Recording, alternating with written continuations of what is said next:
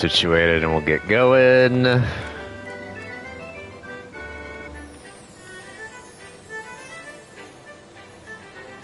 Double check on the volume. How's it working?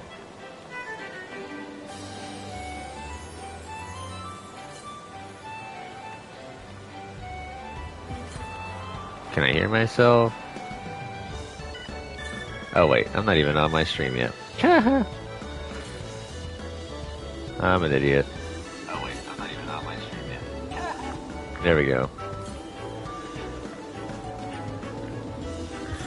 Alrighty, everything's situated. Hello everyone, Bubbling into 720 here, bringing you part 145 of my live stream playthrough for Final Fantasy XIV. So, patch 7.2 is down. I just noticed that there's a dude over here named Malevolent Weasel.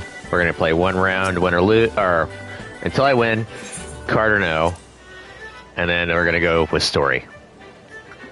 Got time to spare. I'm planning to challenge King Elmer III, but I thought I'd put my deck through its paces first. How about it? It's 3 open, plus, and chaos. He has 1 card. It took forever for me to get, this card on my main.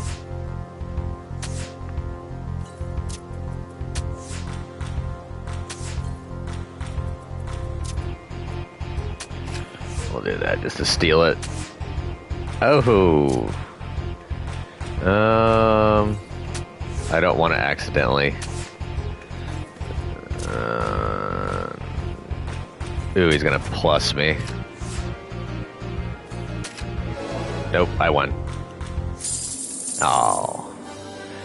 Clearly there's room for some fine-tuning. Glad I realized this now rather than mid-match with the king himself. Appreciate your help.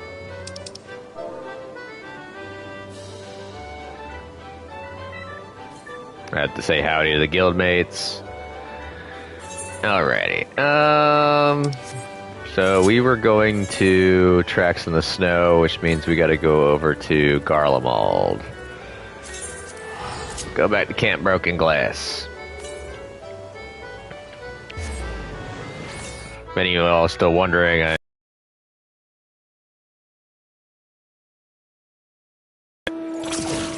kind of still.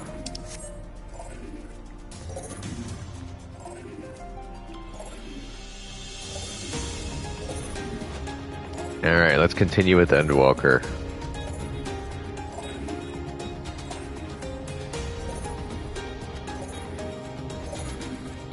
Oh, an Aether Current. Don't mind if I do. I will sample this.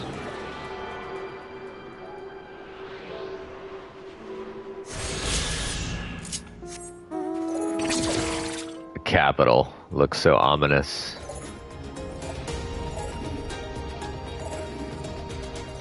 Oh yeah, we have to tag along with the twins and Menelin.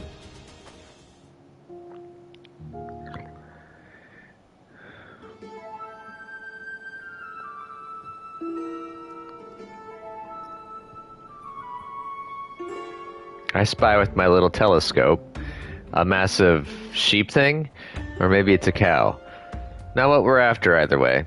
Is that an Aether Current? Oh no, just a wind sprite. Other than that, it's all snow, snow, snow. But lo, what do I see over yon hillock? There's no mistaking it. That's a girl. A survivor? Show me. Over there, behind that tree. It looks like she's running away from something, though surely not us. She wouldn't even know we're here unless she had a telescope like mine. All I can tell is that she's wearing a pale green dress, a rather fetching one at that.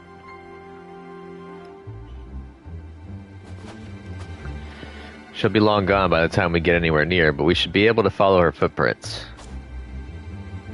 Yep. I'll let Lucia know where you're heading. Oh, and take these warming tinctures with you. The poor girl must be chilled to the bone, if not on the verge of freezing to death. That's actually very thoughtful. Thank you. Well, you need some for yourself. No, I'll be fine. As a man of chivalry, my honor demands I do no less. Unless we forget, the very reason we are here is to protect those in need. Now go, and Godspeed.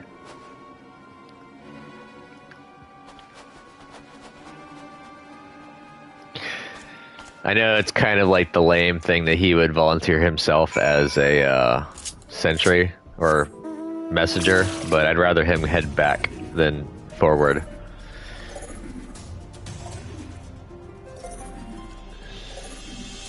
I'd rather keep the twins by my side than have a Menelin replacing one of them.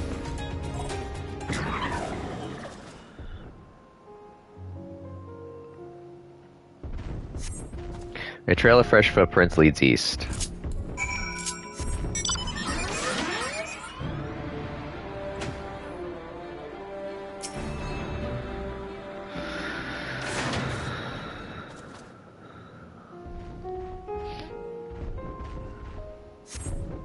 These footprints appear to be the same as those you saw previously, and they lead towards the building. I gotta get my Defiance up.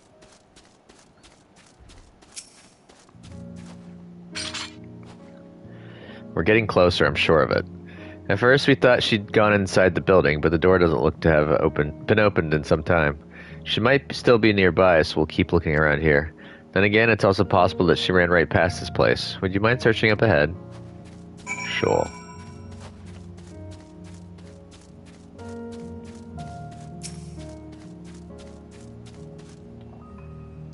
It's kind of sad that we get to only see Garlemald when it's garbaged.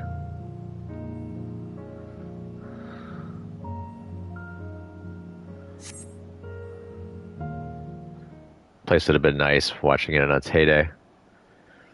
Futuristic town. Oh, the footprints disappeared.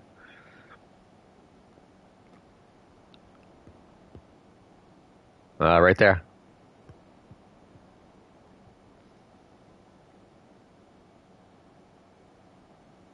The girl in the green dress anxiously surveys her surroundings. Were you to call out to her from this distance, it might attract wild beasts to your location. It would be safer to get closer first, but you must do so without drawing her attention. Oh, these things. I forgot about these. These are like the other version of escort quests that are horrible. Follow the girl from a safe distance. The appearance of yellow turning indicators signify that she will detect you when turning around. Make use of cover such as rocks to approach her without being seen. Similarly, a circular area indicator signifies that you will be detected for following too closely. Should you fail to complete the objective, you may try again by returning to the designated location. So literally, I've gotta follow her. Oh, she's getting ready to turn. She's gonna see me. Oh no! Gotta hide. Now I'm getting too far behind.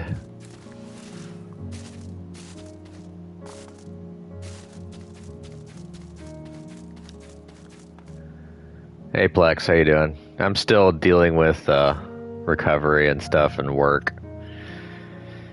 How you doing, bro?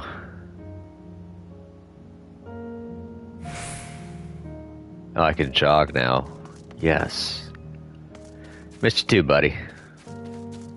I gotta try and get to this.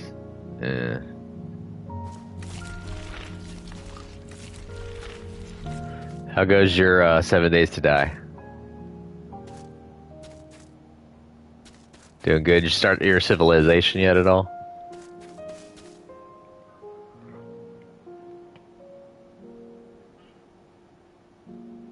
Nice.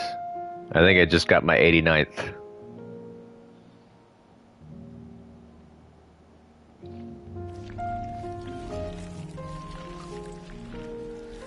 I have to play the part of Stalker right now. Streaming software? Right now, I literally just use the software that's on the PS5, because you can stream straight to YouTube with it. Otherwise, I have OBS for computer streaming, and what I probably would use for my Switch, and then I also have an Elgato capture card for regular recording.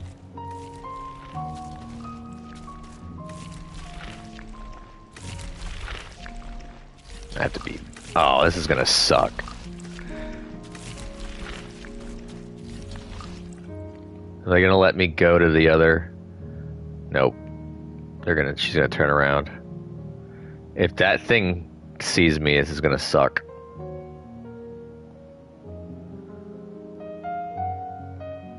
Come on, girl in green, turn around. Thank you.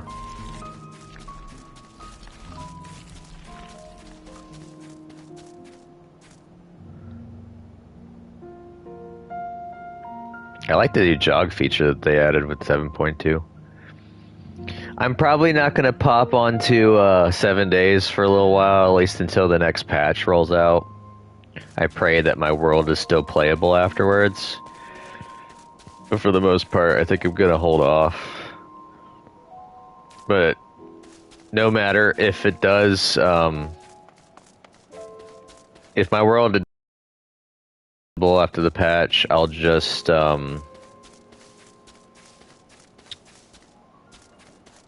yeah, I'll probably just start a new world. If that's the case, I'll start 2 worlds. I'll do one where it's oops all blood moons, and then I'll do a regular one, try to get to 300. Whew, still in one piece.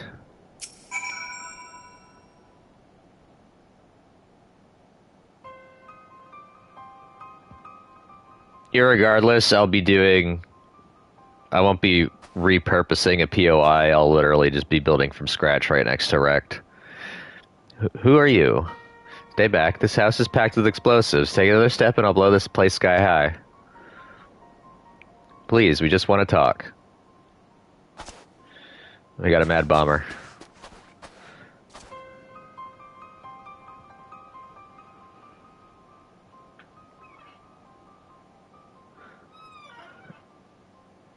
What do you mean by we?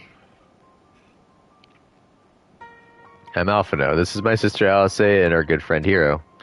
We have no intention of hurting or taking anything from you or anyone else. I give you my word. We and our comrades have come to provide aid to the people of Garlemald. Aid? You savages are the ones responsible for all this. You did this to us. We didn't, I promise you. One of the other reasons we came was to find out what happened here, in fact. The Telophoroi are the ones to blame. They're the ones who laid waste to Garlemald, and they won't stop until they destroy the entire world. They're the enemy, our enemy. On our way, we encountered Imperial soldiers who had been made their thralls. Those poor souls are now in our care, and we are striving to cure them of their affliction. You're the first person we've met who wasn't already enslaved. How were you able to escape the Telophoroi's influence? Are there any others like you? I'm sorry, I don't mean to overwhelm you. Let's start with introductions. Can you tell me your name?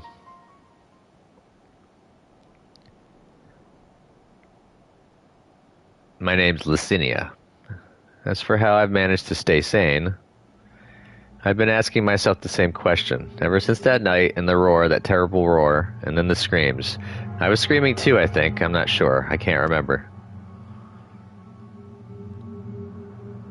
Looks like a war zone. Then came the silence. Everything was still. It was like waking up from a nightmare. I thought that maybe the fighting had stopped, so I stepped outside. Yeah, right. If your hells are real, I saw one that day. I ran past friends, people I'd known all my life. Eyes vacant, dead, staring at the sky. Others were mad and violent. I saw them struggle with soldiers, but didn't stay to watch. I fled as far as my legs would take me.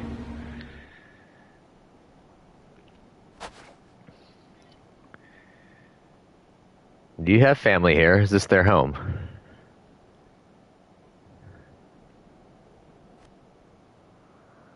No, this is Victor's Spoils, a mansion for retired soldiers, or it was, but now me and a few others are borrowing it. They've repurposed it. As for the explosives, I was making that up. I just wanted to keep everyone else safe, and I didn't know if you were. The truth is, our supplies are running low. You said you're here to help, can you? Of course. Whatever assistance we can provide, we will. Thank you. I better tell the others first, though. Wait here. Man, it looks nice out here now until we get to the capital, and it's just one big wasteland. This is everyone. It's not a very many survivors. Licinia says you can be trusted, but these are desperate times. We'd be fools to let foreign troops into our home. Having said that, were you to provide us with means of heating of the place. As a sign of goodwill, perhaps we could take you at your word. If that is too much to ask, then leave us be. Time to put my firewood gathering skills to use. Could you provide the spark with a little magic, Alice? We'll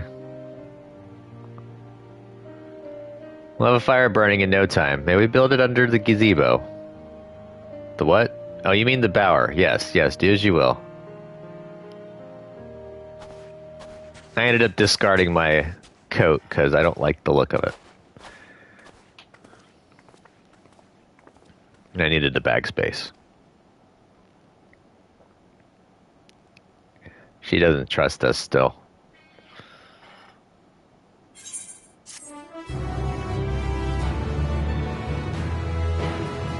If you haven't learned already, you will learn quickly that Garleans are a very hard-headed and proud lot. Very independent. How the mighty are fallen. Sorry, I'm still finding it hard to come to terms with all that's happened. Now that you're here, though, I'm hoping things might change for the better. You know, I've worked up quite a sweat from all that running about, so I'll leave space around the fire for the others. As you can tell, they're in a far worse state than me. We were planning to look for somewhere warmer or with more food, but they're not going anywhere until we nurse them back to health, which I don't know how to do. Is there anything you could do to help them? Alphino can do it. He's a recently ordained sage. Just hope he doesn't turn it into attack mode instead of defensive mode for those bits. I could treat their frostbite and their wounds, but it will take time for the fire to do its work. Now would be a good occasion to make use of Amenelin's tinctures, the ones that can warm the body from the inside out. Would you make sure everyone gets one? Sure.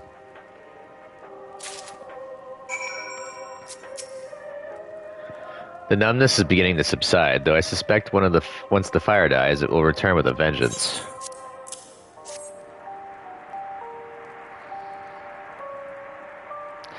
Warming tincture? I've never heard of such a thing. No harm in trying. But tell me, have you heard aught of the city? Though calling it that seems absurd after what's happened. It's nothing but ruins now. The few buildings still standing offer no more than meager protection from wind and snow. Food production, water purification, the magitech that sustained us has come to a grinding halt. What machina that remains operational cannot be run for the lack of ceruleum. Of course, Cerulia Ingens is full of the stuff, for all the good it does us. No one here knows the first thing about extraction or refinement. All is well, yes, never better.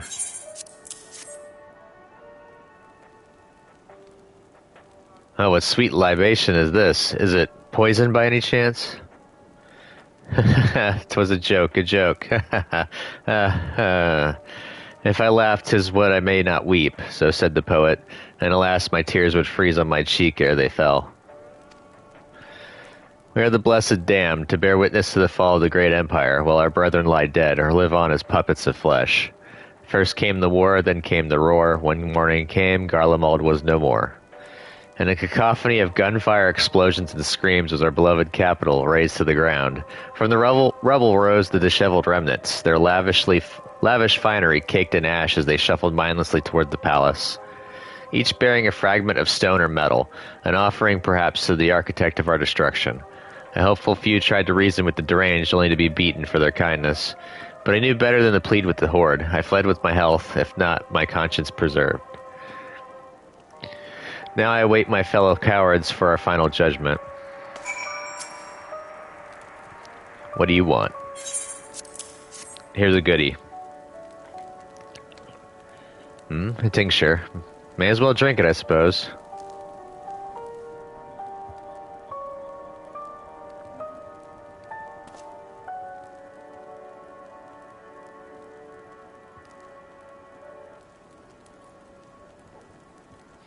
It's a radio. You don't have them where you come from, I take it. We use them to listen to messages sent by others, even over great distances. There are different types, but this model is by far the most popular. Made with quality components crafted with the finest ore, sourced from Locos Amonis. It is. Amoenis, I should say. Not all that useful since the capital fell into ruin. The people at the broadcasting station must have either fled or ended up like all the others, because all we've been hearing is the same music being played over and over again. Home beyond the horizon, an ode to the brave men and women sent to reclaim our ancestral homeland of Locus Amoenus. We may have founded an empire in these frozen wastes, but we always hoped to take back what was once ours. To the solemn reminder that though we must suffer great hardship, better days will surely come. Despite everything, I believe that Emperor Varus yet lives, and that he speaks to us through our radios. It was a cunning strategy faking his murder. He must have foreseen this catastrophe and chosen to conceal himself, that he may one day make his triumphant return. Yes, I'm sure of it. Emperor Varus would not be defeated so easily. I don't know. His son's a monster. Xenos.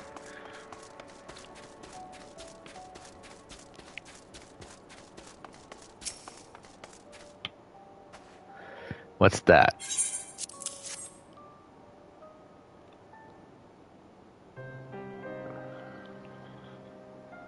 So this is what you gave the others. Thank you. I'll save it for later. Actually, I have a few things to ask you. Go for it. Are you part of the group staying in Laterum? I saw Legatus Virgilia's troops heading towards the Magna Glacies a few days ago. Are they the ones you encountered? Camp Broken Glass, you call it. And Virgilia and her men are all there now. So how did you reach the Magna Glacies? Did you cross the mountains on foot? No, we flew. Airships. Then there might be a way to... Licinia, where is everyone? Is something the matter?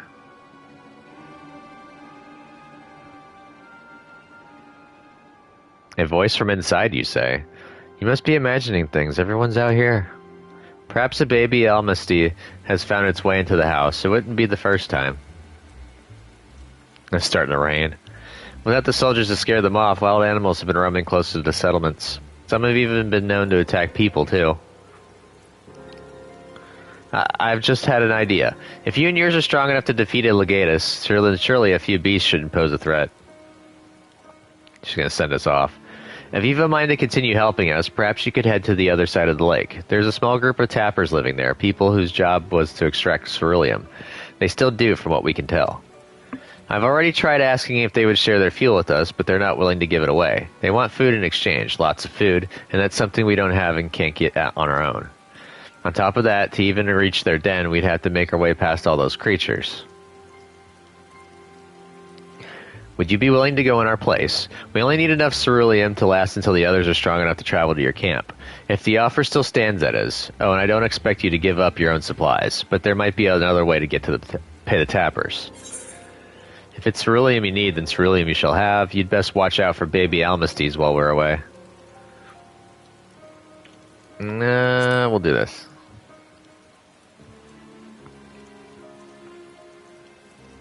Thank you so much.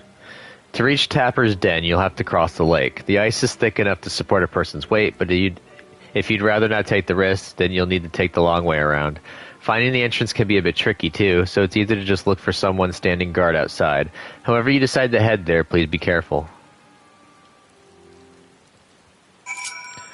I believe that being in this type of area and this climb and it raining is far worse than it snowing. At least with the snow, you could dust yourself off and not get as damp. This, you're just going to get mercilessly wet and super cold.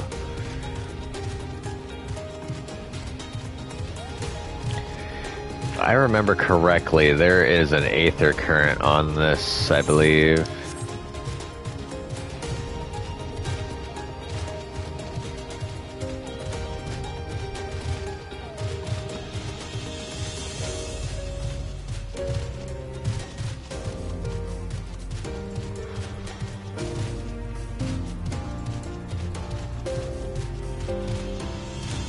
Huh.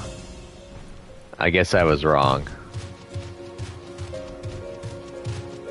Or maybe it's on the other side.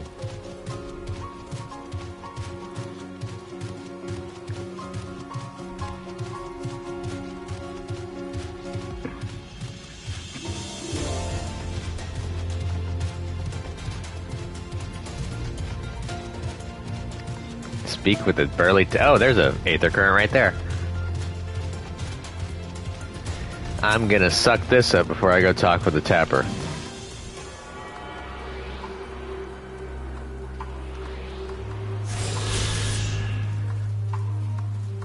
Can I sneak around this? I can, yes.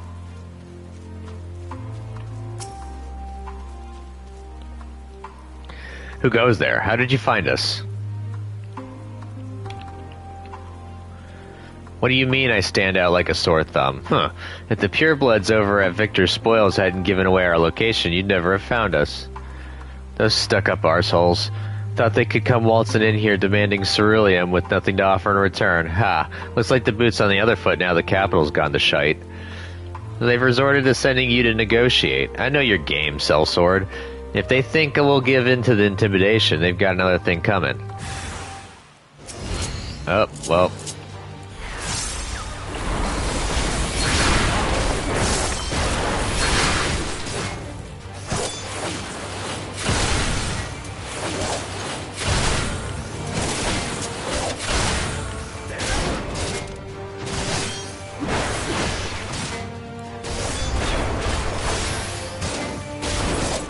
Basically just healed everything back up.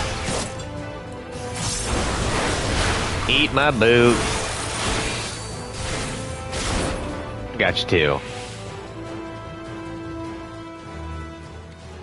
Ha.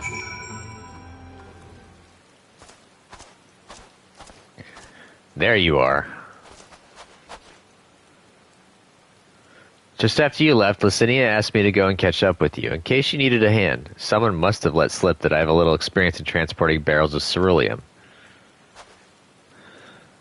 Let's get inside so that we're not as damp. So this is Tapper's den. Well then, after you. I did kind of just beat up two of their guys.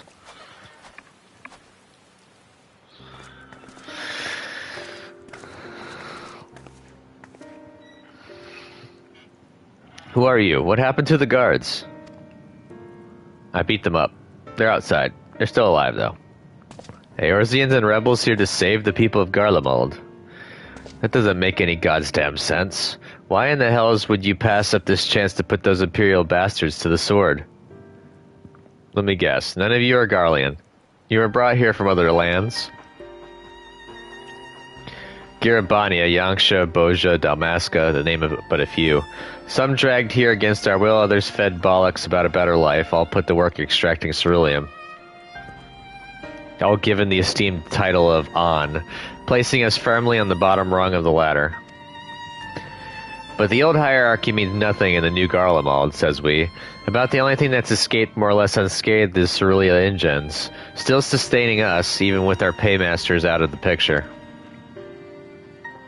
We hear you're experts in drawing up ceruleum from the bottom of the lake, but how can you do that if it's frozen over? Ha, would you like to know? Trade secrets, I'm afraid. At any rate, it's not as if ceruleum is used for much these days, what with the city in ruins. We take enough to power our heaters and save the surplus for later. And though it helps stave off the cold, it does sod all about our hunger unless we can trade it away. Speaking of which, be sure to tell your contingent we've got ceruleum by the barrowful. If they're interested, we'll exchange it for whatever provisions they're willing to spare. We can certainly ask, but if you're all free to go now, why carry on living here? Free to go? Go where? Even if we manage to get back to our homelands, there'll be nothing left for us thanks to the Empire. And the knowledge and skills we acquired working here would be practically useless outside of Garlemald. So we're staying for the time being, long as there's a need for ceruleum. We'll find a way to get by, even if Garlemald, as we knew it, is gone for good. Gone for good.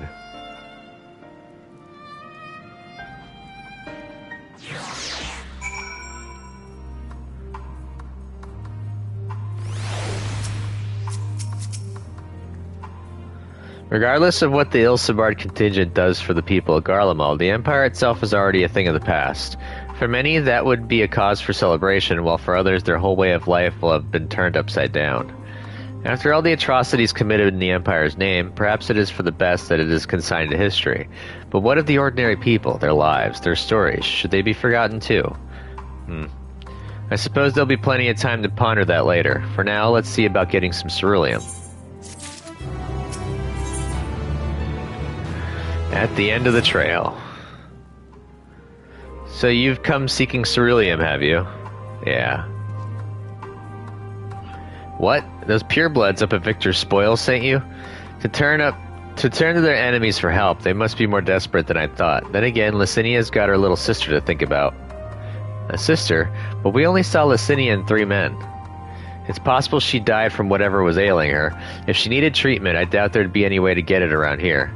I may have refused Licinia at first, thinking she'd come back with something to exchange, but I could spare them a bottle's worth of ceruleum. Consider it a reward for introducing me to the rest of your contingent. Be sure to send them our way, you hear? I can't for the life of me think why Licinia would keep her sister a secret from us, but we can ask about that after we've delivered the ceruleum. Come on, let's hurry back. I don't remember good tidings.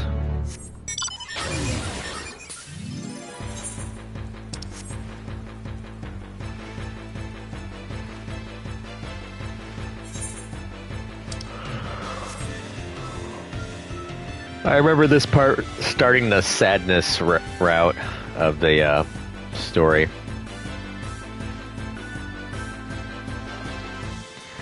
Somewhere around here is an aether current along this track somewhere.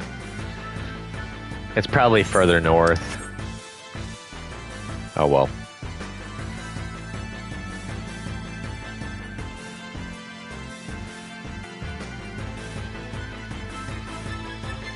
I'm already halfway I'm already a quarter of the way through the stream. Woof. At least we got a decent amount of story going on so far today.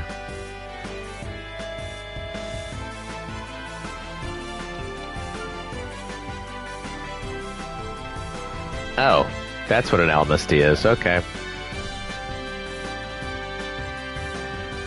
Oops, I went the wrong way. I guess I was supposed to go up. Can we climb up this?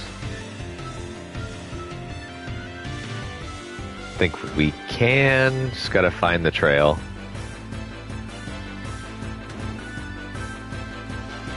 Come on. You can do it. Ah, you suck. Can I sneak around this? Nope. Gotta go around. Bollocks! This is why I miss flying. Random trivia, but this was actually the last place that I got flying in Endwalker.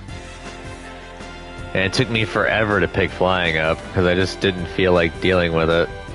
With hunting down everything and doing the missions.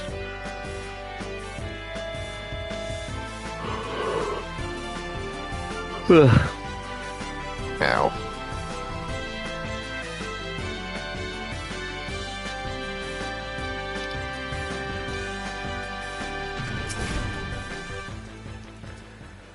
This isn't right. It's too quiet. I would have thought Alphino would still be treating them by the fire, but they're nowhere to be seen. I'll look inside the house while you search outside. They can't have gone far.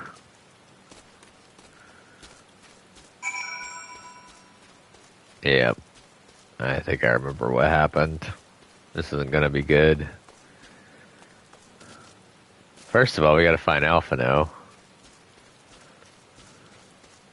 Where is Senor Sage? Probably behind one of the buildings. Should probably sprint. There he is.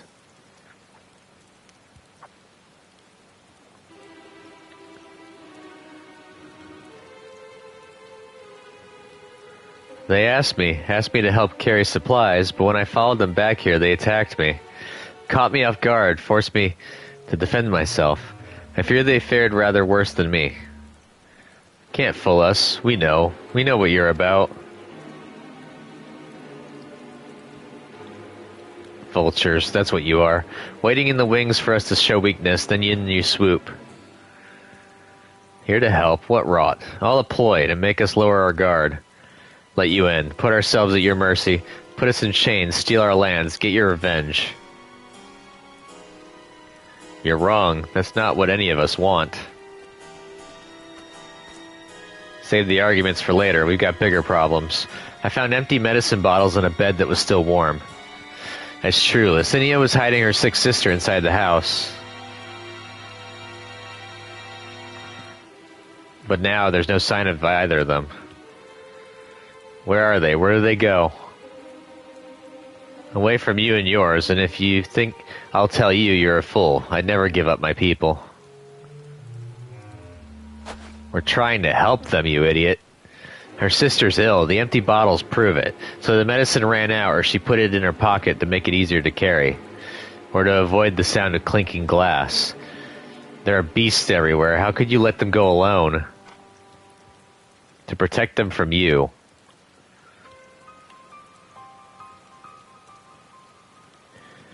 You invade our homeland, tainted with the same sorcery used to slay our countrymen. Agarlians should sooner die than suffer the insult. Better for them to flee, keep their purity intact, than be corrupted by your vile magics. We were waiting for a chance to free them since the moment you arrived.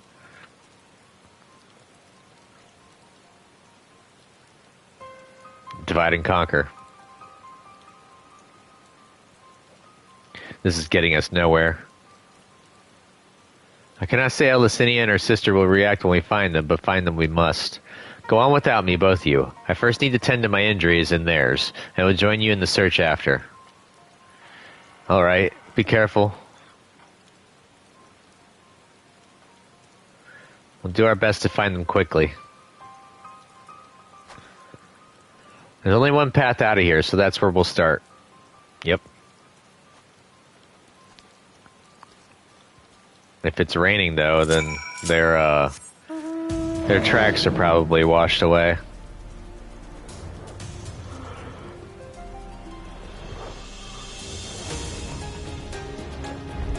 Oh, I was wrong. 2 sets of fresh footprints. Young woman, judging by the size. This is definitely them. Come on. Young women, I mean. Oh, perfect. I'm on my gilded gold Magitech Reaper.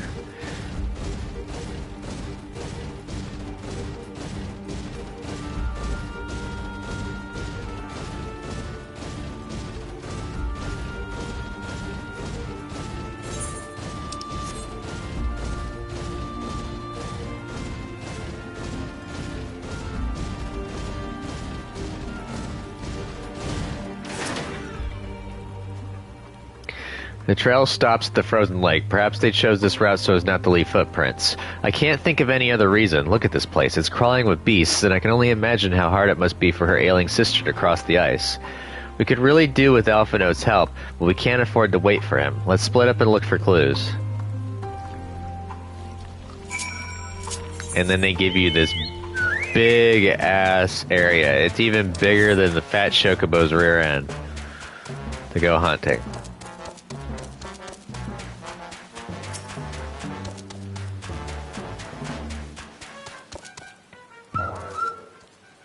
The empty bottle smells faintly of alcohol. The thin coating of dirt indicates it has been here for some time and is unlikely to have any connection with Licinia or her sister. So literally, you just gotta go around and look for sparkles. And don't mistake ice or cerulean sprites for sparkles.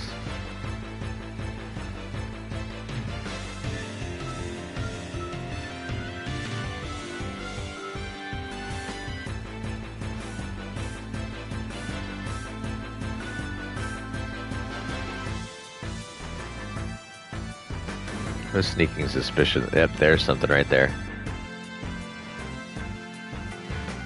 Fresh blood.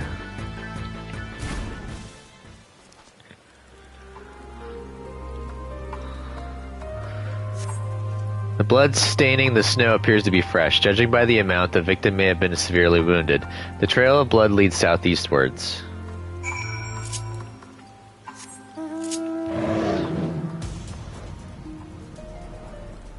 Oh, hello. Is this an A rank? Yep.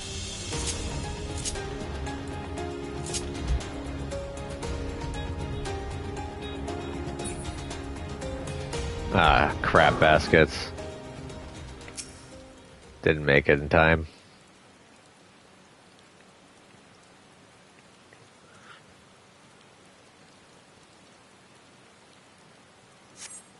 The two bodies are already cold.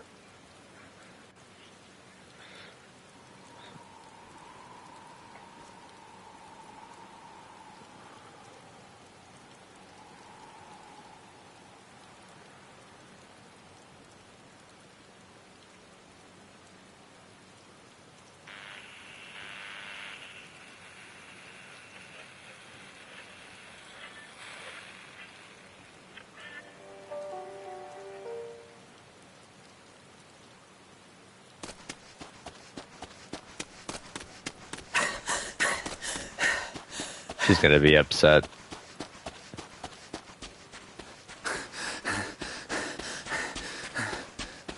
They both are.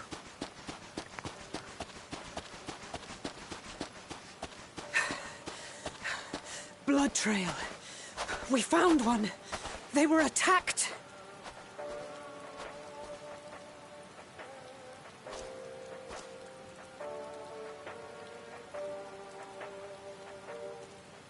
No.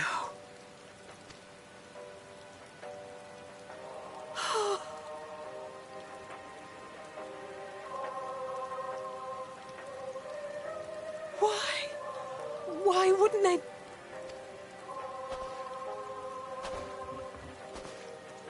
Safer to brave the wilds than trust in our magic.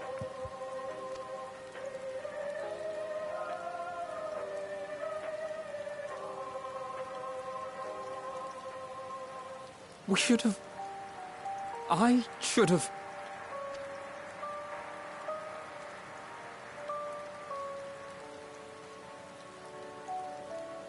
We can't leave them like this. We have to take them home. What if we're only making it worse?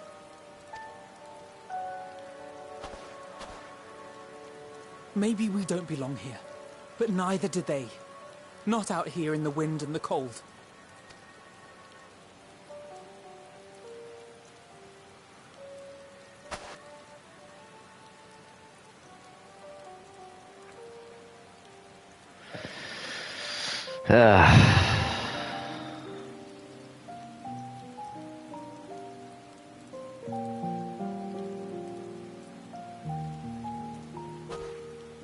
I heard the story about Varus's voice from beyond the grave.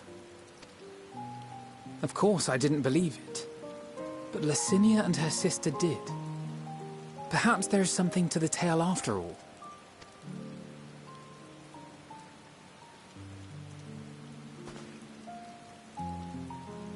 I want to understand, so I'm going to borrow this for a while, if that's all right. Every reason not to trust us. We came as trespassers, invaders. But I pray that in time, we will be more than that to you. That we will find a way to help your loved ones. And see that no more children are left to freeze alone in the snow.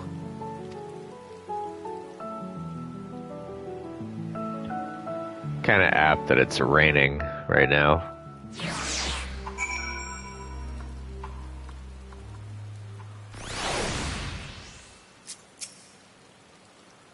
There must have been something we could have done, but what? Should we have never come here? Would they still be alive if we hadn't? I mean, that's the great mystery. Once you made your choice. A way forward. We have already caused enough harm here. Let us return to the camp before we cause any more. As for those inside the house, we should send someone to take care of them. Someone who isn't us. All we can do for now is make our report to Lucia and do everything in our power to prevent further tragedy. So let us linger here no more. Come.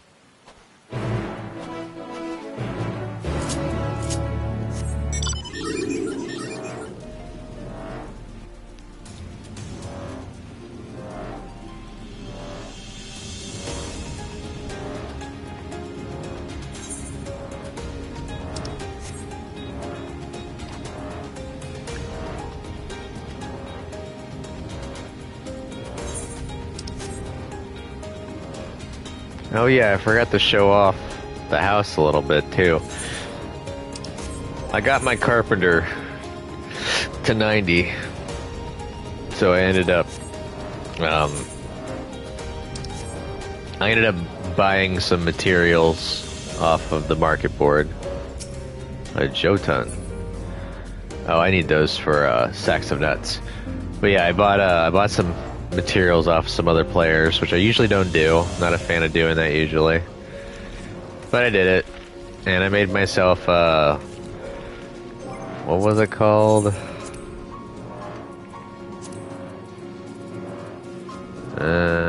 Eastern canopy bed, yeah. I made one of those. So now I actually have a bed instead of a coffin.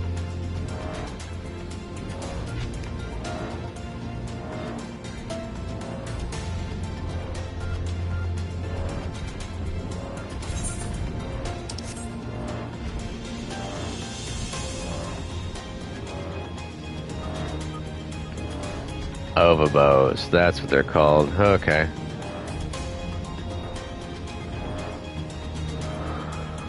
I'm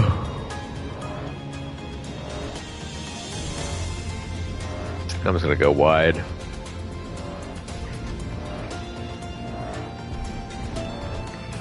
wonder how far I'm gonna get into this story. I hope I get to a certain point. I don't think I will. It'll probably end up being next stream, but it'd be nice to get to a certain point in the story. This story starts picking up pretty good.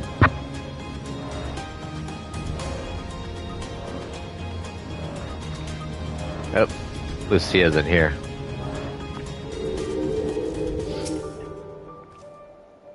Alice and Alphino tell me they have finished their preliminary search for survivors, but refrain from saying much more than that. Clearly they are reluctant to provide details. Might I ask for your account? Yeah, shit happened. People died.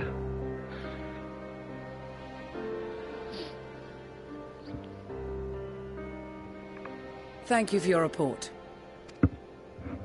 We shall inform the troops of these developments and instruct them to proceed with the utmost caution should they encounter any survivors. Allow me to go and speak with the ones at the victor's spoils. They may be more willing to listen to a fellow Garlean and accept our offer of assistance. I pray you are right. And though I am loath to burden you any further, should there be an appropriate occasion to speak of Licinia and her sister, please do so.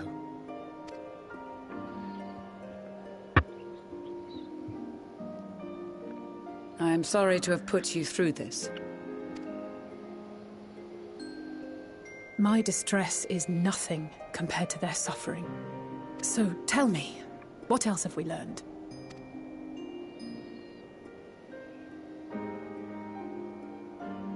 As you may have already heard, we have succeeded in curing the members of the Populares, Maxima identified.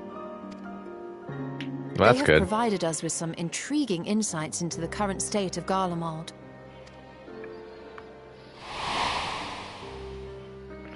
The assassination of Emperor Varus was the catalyst for the civil war. Nerva declared his claim to the throne, and his opponents refused to recognize it. Fighting broke out in the capital, where Nerva's 3rd Legion clashed with the 1st, who remained loyal to Varus even after his death. Of course, even Imperial warmongers would balk at the idea of turning their shining city into a battleground. Like burning down the wood to spite the wasps. Neither side would be so mad. Unless something or someone inflamed their animosity to such an extent that they could not help but act against their better judgment.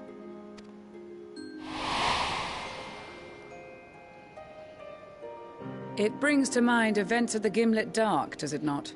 The Emperor's sudden withdrawal from the front lines, specifically.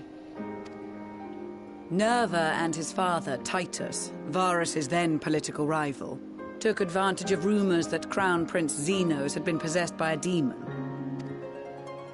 Elidibus, what better way to disparage your enemies than with the truth, or a close enough approximation?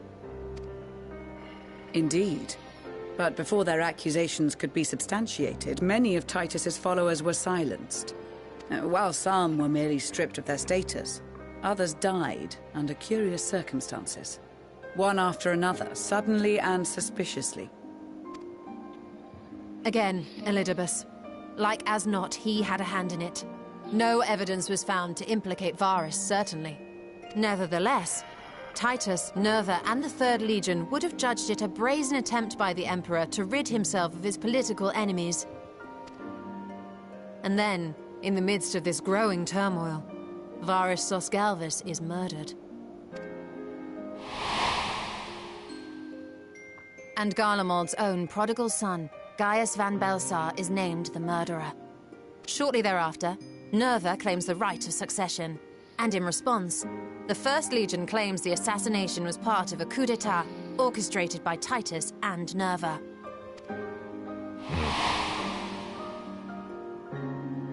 So no one is at fault, and everyone else is to blame.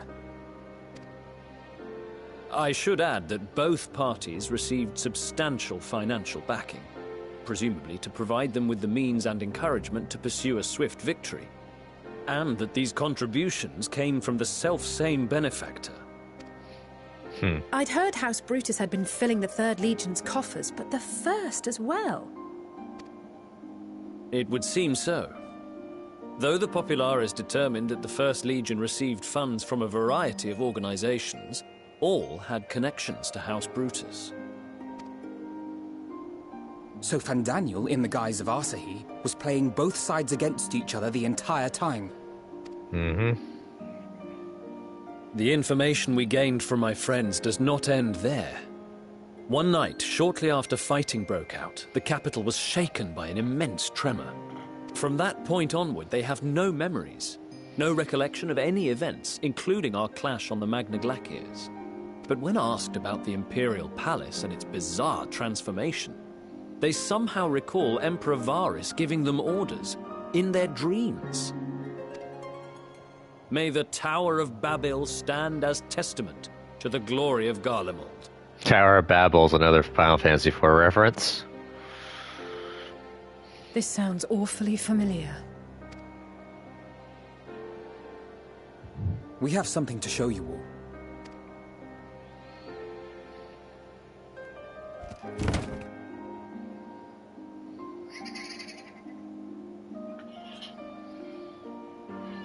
Varus spoke to them through this radio. Perhaps it was a recording, but if not, that would be inexplicable.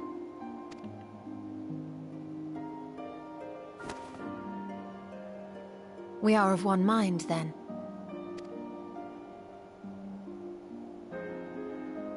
The ether that permeates the ore used in this device is almost identical to that of the talismans. I see it. While it is likely more by coincidence than design, these devices might also ward against a primal's influence. A picture is beginning to form. If the tremor felt throughout Garlemald was a wave of ether emitted by a primal, then while those within range would have been tempered, those huddled around a radio desperate for news concerning the Civil War would have been spared. No wonder Licinia kept it close. My friends, I must speak with you. A young man was caught trying to steal our supplies. He is a soldier of the Iron Men, we think, but one who has not been made thrall. Thankfully, Magni restrained him before blood was spilled. The stranger is outside, if you wish to ask him questions. I think we do.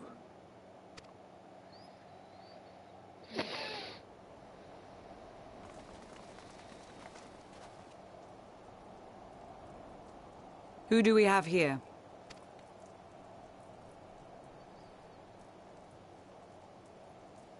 Garleans? Traitors to your homeland! Have you no shame?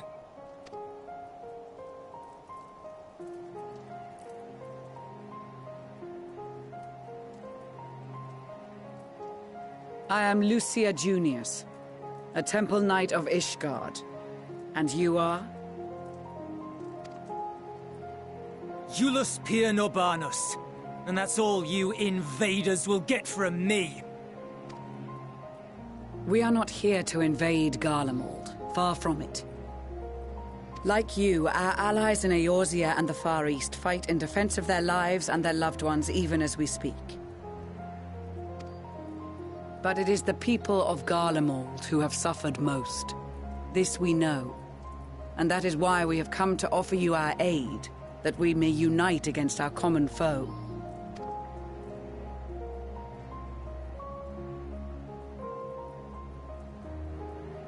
Whether you believe me or not, those are the facts. Now, answer me this. Why would a proud soldier of the Empire be reduced to stealing? The situation must be dire indeed for you to go to such lengths. If it is supplies you seek, we would gladly share ours, or turn a blind eye while you leave with your spoils. I will not negotiate. My commander will determine how to deal with you and yours. If you wish to treat with him, I will take you, but no more than 3. No, the perfect 3. I don't much like the sound of that. But if we do accept his proposal, I suggest the 2 of us and...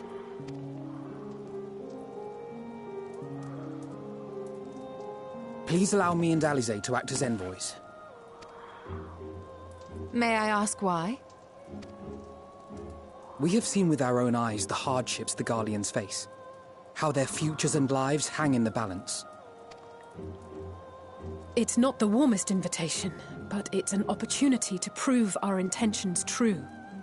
Maybe not a chance to make things right, but a chance to make them better. I'm going with you, or what would your mother say if I let you 2 go by yourselves? I'm gonna say the second one.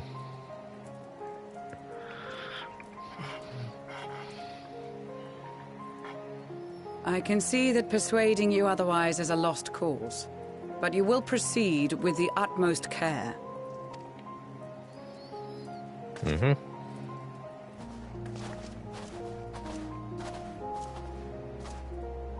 Couple of children and what? A sellsword? Is this an insult? Not in the least.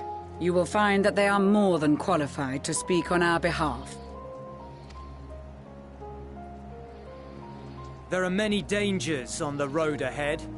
I will need that back.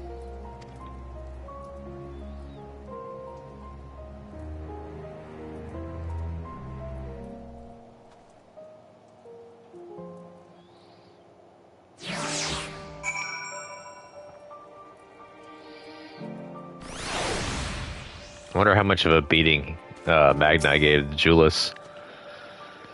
You'll be received as invited guests, and so I urge you to observe proper social etiquette and conduct yourselves accordingly. Your safe return takes precedence above all else. Remember this. Thancred in particular will be worried sick if you're gone too long. May the Fury watch over and keep you. Are you and the children ready? I will explain the route once we are outside your camp. If anyone attempts to follow us, we will judge it an act of hostility. We will not hesitate to take appropriate measures. I would expect nothing less. You have our full cooperation.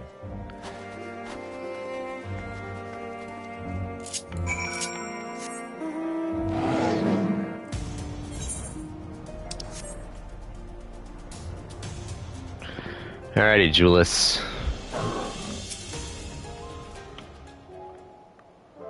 Alright, this is far enough. Listen carefully. We head over that hill, then follow the road until we reach Liminal Station 4. Children in the lead. I want you where I can see you. We do have names, you know. I'm Alice and he's Alphino. And last but not least, there's Hero. Hero? Where have I heard that before? No matter. Alphino and Alice will watch the road ahead while we bring up the rear. I wasn't lying about there being many dangers, so you're to run, not saunter. Run towards the station. If you even think about going for your weapon, this deal's off. Should any creatures bar the way, we go around them. Once you choose to depart, Julius will accompany you. Alphino and Alisei will then begin moving towards the destination. Make your way to Liminal Station 4 without falling behind. If you leave Julius behind for any reason or lose sight of Alphino and Alisei, you may try again by returning to the starting point. Ready to make a dash for the station? Yeah.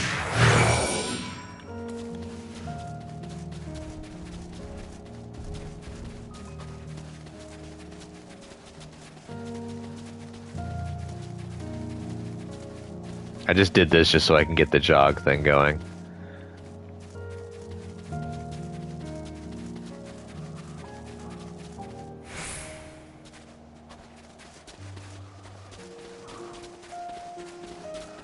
Yeah, I just wanted my jog ability.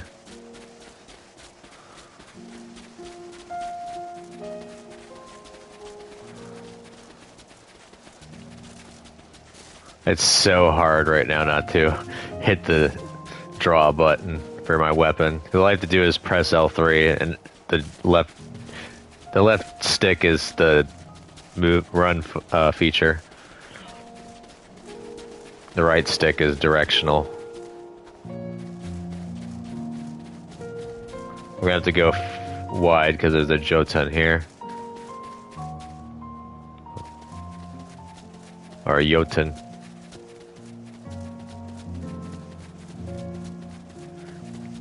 Ah, that might be the Emperor's Rose. The B rank for the area.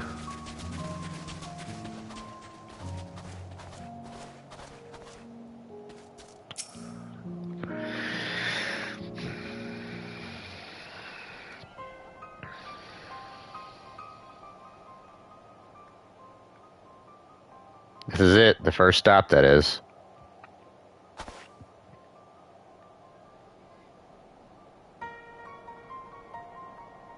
Good, it looks like your friends knew better than to follow us.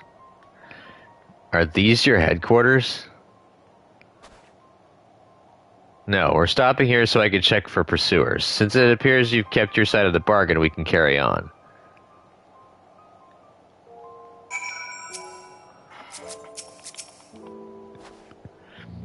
North of the station is Regio Demorum, one of the main residential areas, or at least it was. The afflicted roam the streets in packs. They'll tear us to shreds if given the chance. Keep close, no wandering off. Understood? The last bastion. From here we'll be heading northeast, keeping to the left of the railway. While the route itself is straightforward, getting past the hordes unseen is anything but. Keep your weapons at the ready. They would attack their own countrymen. Aye, they spared their own, but slaughtered the rest without hesitation. Though we'll try to avoid detection, the chances of sneaking by completely unnoticed are slim at best. I will lead the way, but in the event we are seen, you're to fight them off. Those two will follow us, provided they can refrain from drawing their weapons. While I doubt they would be foolish enough to stab their guide in the back, I would not take the chance. With that said, let us proceed.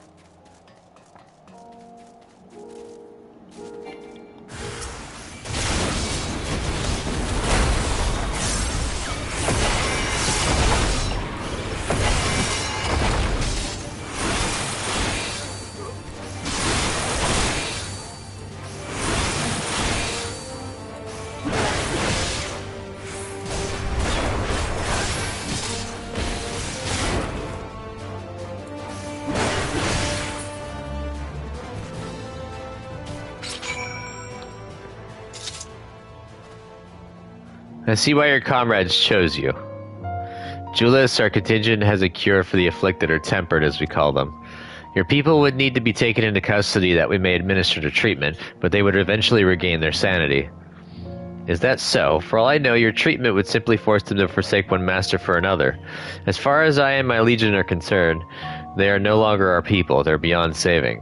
Those who thought differently and tried to reason with them were butchered for their bleeding hearts. Come, we have to keep moving.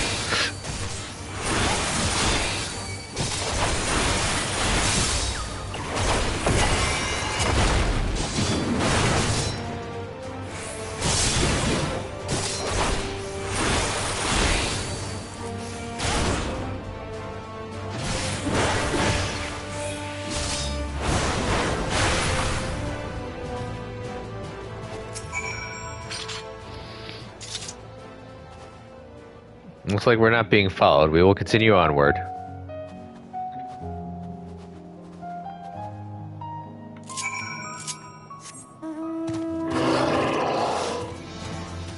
Notice that this is an overturned train.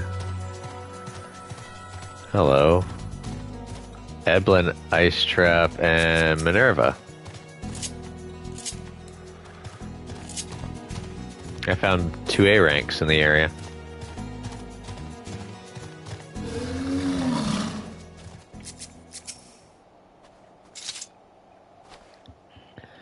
I meant what I said. These people deserve only death. I stayed my hand before only out of a desire to remain undiscovered, and that is still the higher priority. We should continue to avoid any unnecessary confrontations. Keep following the railway.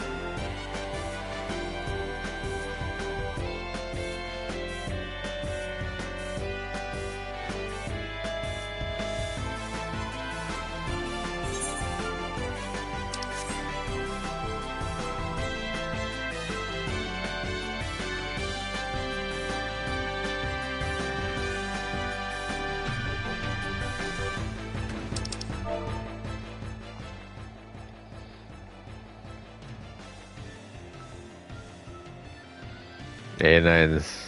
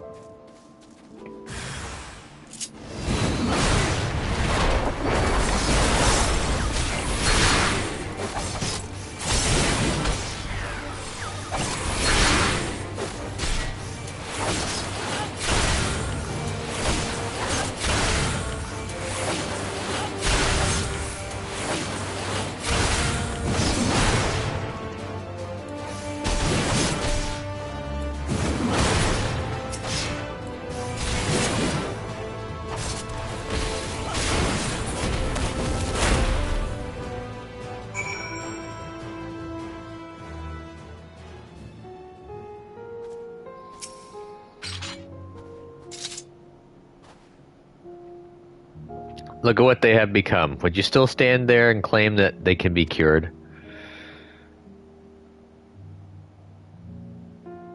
Those exposed to a vast quantity of a primal aether may suffer severe corruption. Even with treatment, such victims are beyond salvation. Then you admit it. Now that you have seen these monstrosities for yourself, perhaps you will think twice before speaking of a cure.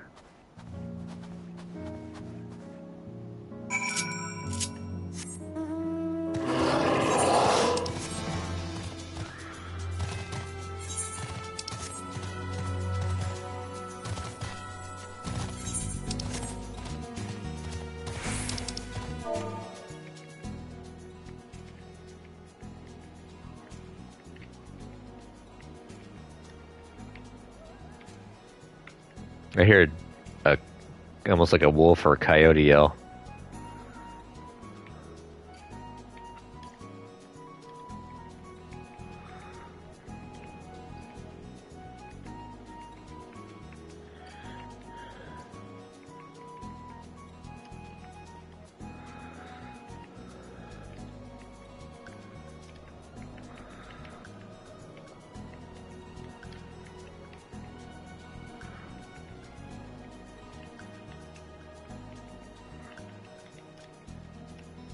Sorry, I'm typing to the guild right now.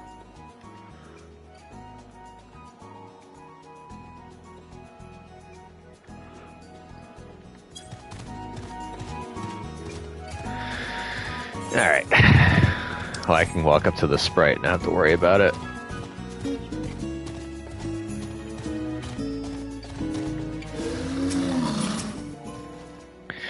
We're almost there. You have kept your side of the agreement, so I will keep mine. This way.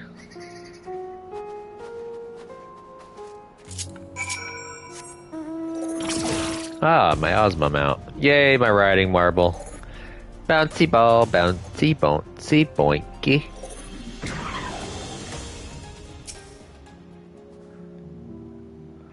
This is Tertium, one of Garlemald's largest stations. It now serves as our headquarters. I've already sent the twins ahead. I will be with you soon, so wait for me at the bottom of the stairs.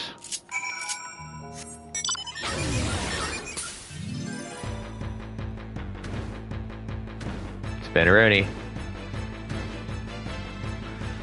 I love how I just run around on various different bosses of Final Fantasy's past.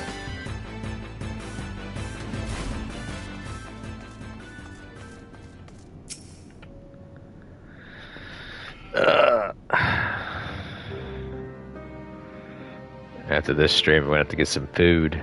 Story of my life.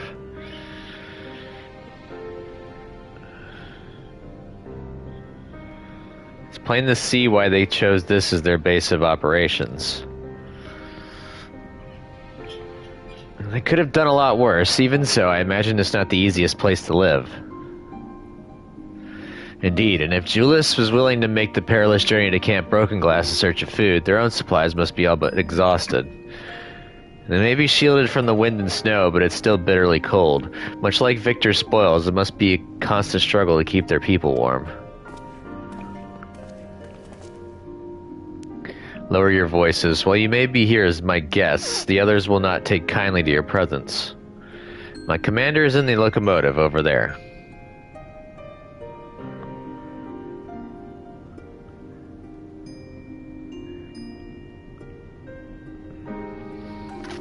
Thank you. Appreciate the escort.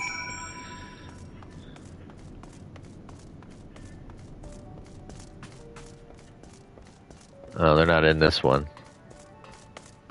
They're in this one.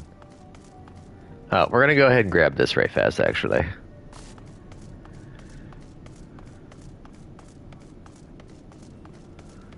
So I guess we get on here. What class am I gonna work this on? I guess we'll go on Astro.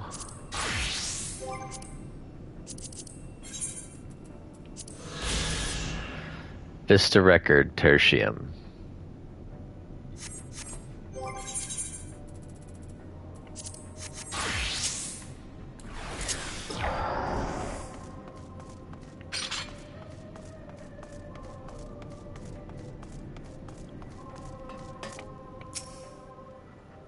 Imposing commander.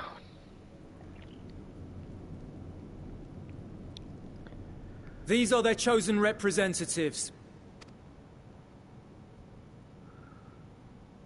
Very well. Let us hear what they have to say. Yes, sir.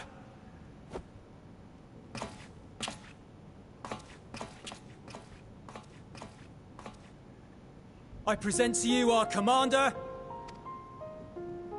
Lord Quintus Van Kina, Legatus of the First Legion. Kina? I always said Cinna. The first? I had no idea you had survived.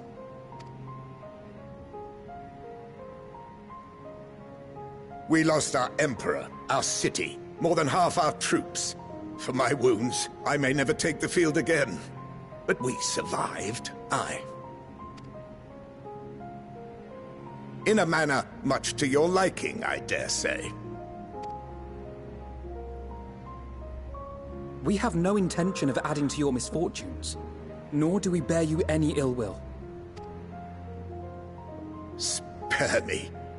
Though you children may speak in earnest, overtures of peace ever ring hollow in my ears. So long as man stands to profit from his neighbor's suffering, war is inevitable. Driven from our ancestral homeland into this blasted waste. Yet still you yearned to rob us of our paltry scraps. 'Twas only with Magitech that you learned to keep your distance. Though we knew it was only a matter of time before you regrouped and returned. Conquest and empire were our only defenses. Emperors Solus and Varus understood this, and through their campaigns saw us grow and prosper. Much blood has been spilled in Garlemald's name, aye. But if it is a choice between yours and mine, then it is hardly a choice at all. I do not deny that a great many conflicts throughout history were driven by the desire or necessity to gain by another's loss. That is not why we are here. Nor have we come to petition your aid in the war with the Telophoroi, grave though that threat may be. Our purpose is simply this. We wish to help you. Let us help you. If there is aught that can be done to ease your plight, we would be glad to do it. Perhaps you would.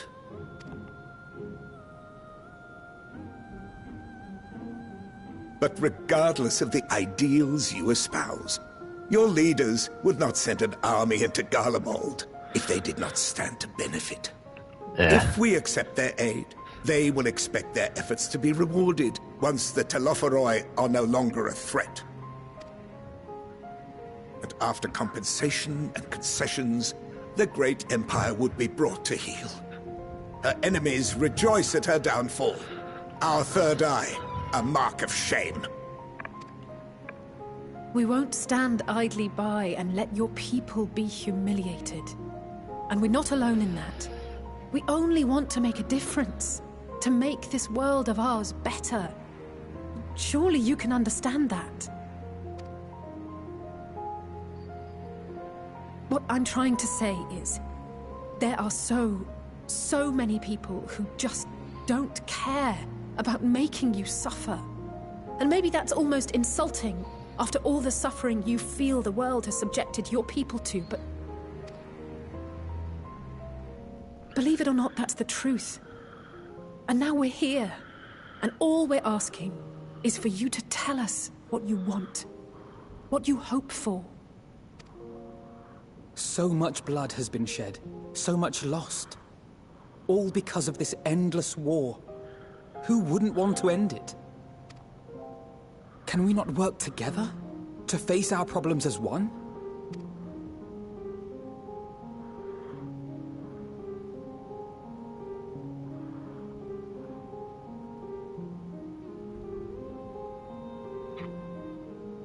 Answer me this, young peacemakers.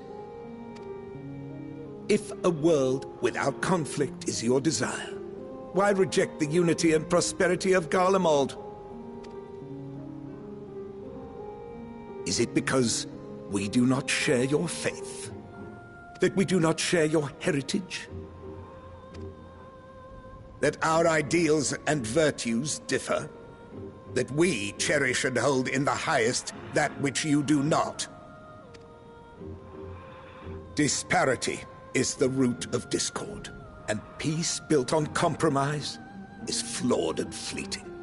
Happiness for one and all is a dream, and the reality is that to the victor go the spoils. That is why we Garleans will never submit nor surrender. For freedom and for pride, we will remain true to ourselves until the bitter end. That is my hope. Blind.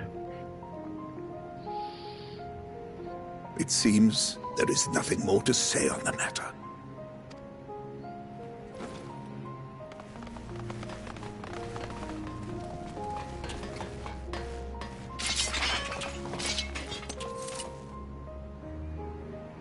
You will remain here while I decide what is to be done with you. Do not be alarmed. No harm will come to you, if you cooperate.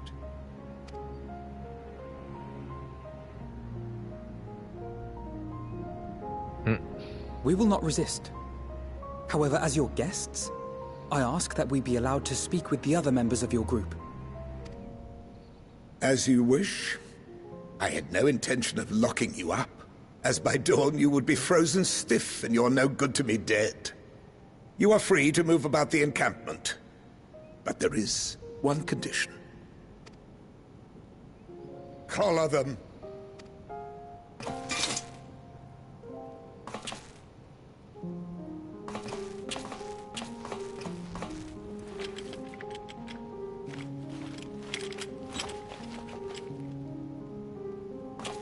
What are these?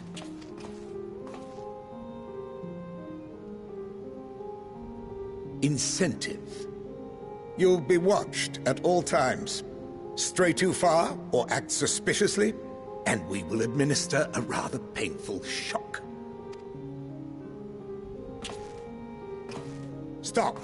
Keep away from that one.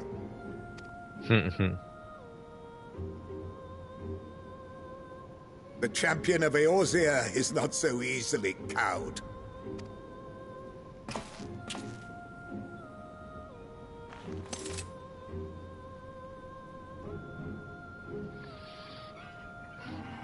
Even if he allowed himself to be collared, the shock would be no more than an itch.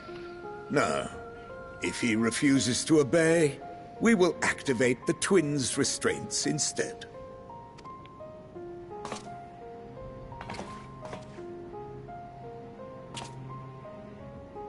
Smart You move. needn't worry about us. We'll forget we're even wearing them soon enough. Even now, you still...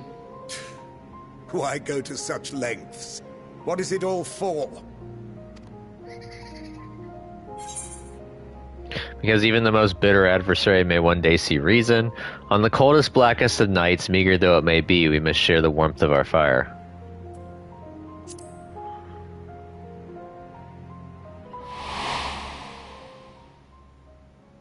Oh, it's wash your... Oh. Ah! Damn, that stung. That actually brought some tears to my eye. You are a curious one. A far cry from the merciless barbarian others paint you to be. That hit me. You will be their warden. Take them away.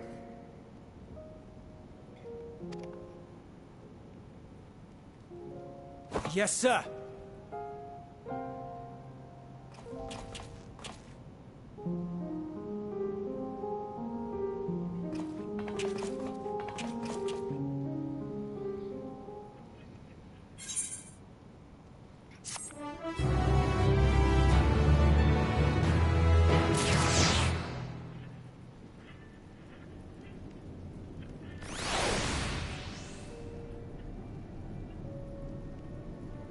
Yeah, literally, I'm like teary-eyed a little bit now.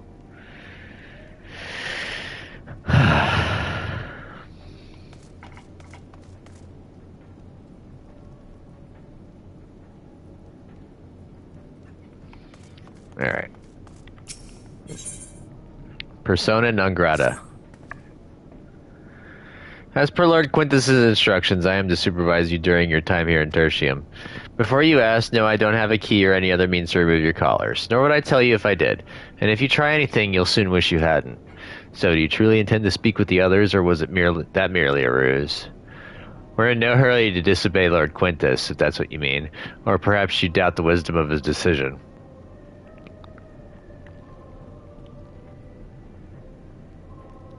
Do as you will, but remember, I'll be watching.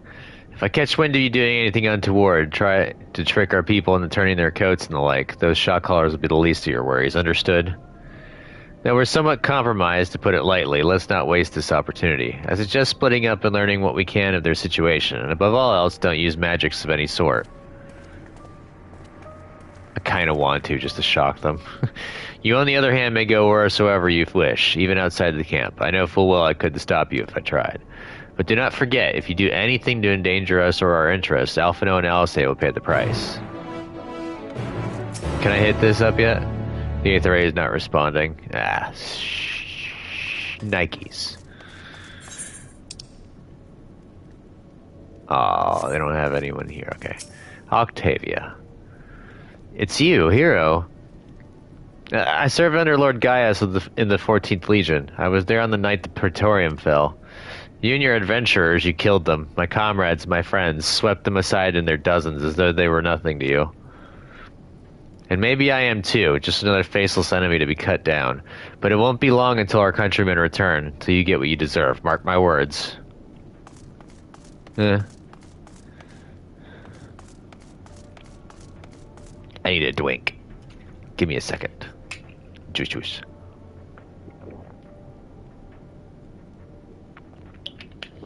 Ah. Scrumptious. So cold. This young soldier is on the verge of losing consciousness.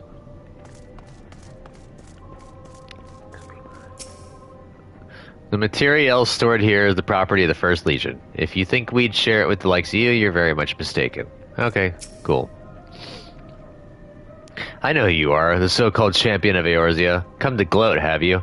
I'll wipe that smirk off your face. By the blood of our fallen compatriots, I swear I'll... Ugh! Damn, tore the sutures. Of all the times, the worst of the lot within striking distance, and I can't even muster the strength. If it weren't for the third bleeding us, we'd be the end of you. Virgilia's treachery nearly cost Lord Quintus his life, but we made our escape, took shelter in a mansion, tended to the wounded as we prepared to strike back, and then...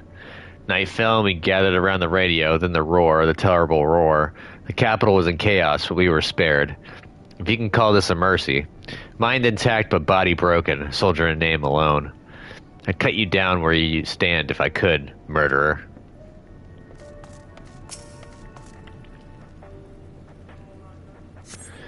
This radio is the same model as the one used at Victor's spoils. Perhaps it is what saved the soldiers here from being tempered. Ah, Malleus. Kind of reminds me of one character from Diablo 2. Alright, so none of these people are to talk to. Nor are these people. Who am I supposed to talk to then? Oh. Seizo.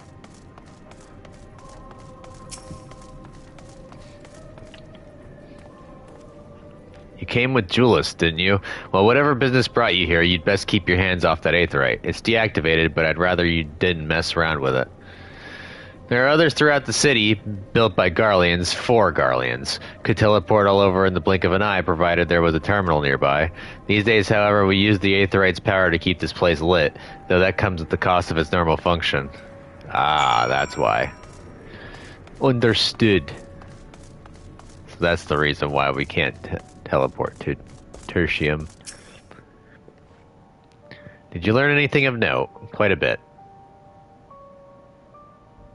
Then your findings are consistent with my own. Their plight is desperate indeed. These sick and injured are at greatest risk. Without warmth and proper nutrition, I fear they will soon perish. I realize there is precarious little we can do for them at present, but I cannot bear to see them suffer.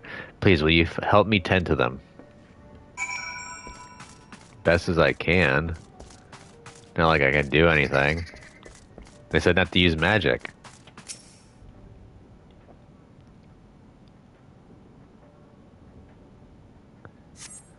Who's there? My eyes, I can't see all that well. Thank you. The numbness has subsided a little. But I know, I won't last much longer. You should look to the others who can still fight. Give them my ration. Me going hungry means someone else lives to see another day, so be it. At least I can still serve in that way.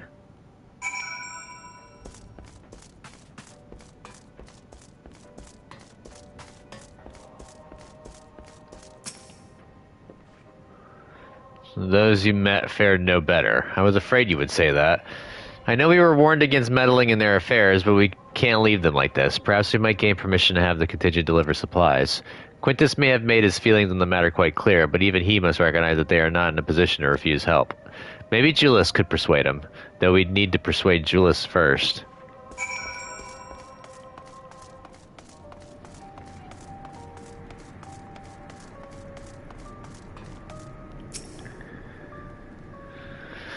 I got a message. I gotta check something right fast. Nope. Nope. Well, soon enough. Kind of. Julius, the people here have barely enough food and fuel to survive. Have you and the other soldiers been able to procure any more supplies? We've been scavenging provisions from the nearby houses, as most families kept some stored away in the event they were snowed in. Still, going out and getting it is dangerous work, and we've a lot of mouths to feed. Fuel is the greater concern, though. We had some ceruleum set aside until it was stolen. We haven't identified the culprit. Could have been other refugees, or one of the afflicted for all we know. Either way, we're down to the last dregs. Without the heating they need, those in poor health are going to get worse instead of better. Are only going to get worse instead of better. If it's ceruleum you need, our contingent has secured a ready supply. We can have some sent over. We will not accept your charity. If we can hold on a little longer, the situation is sure to change. Aye, everything will change. One of your comrades mentioned something along those lines. Those mysterious countrymen of yours, I assume.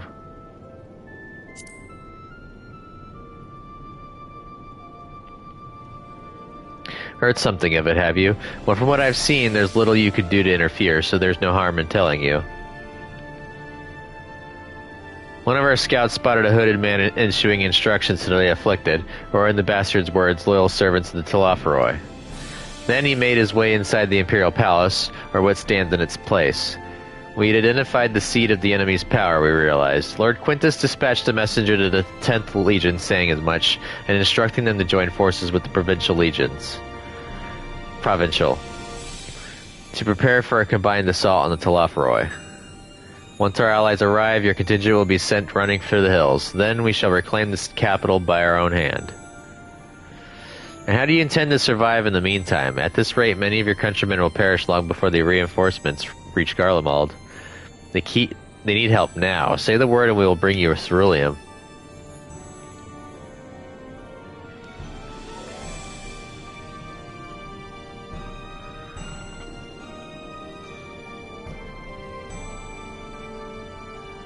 I will speak with Lord Quintus.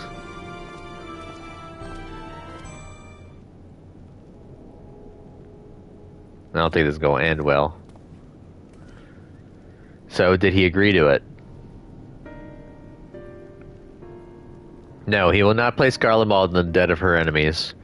I have, however, been ordered to search for ceruleum outside. As you are under my watch, you will come with me.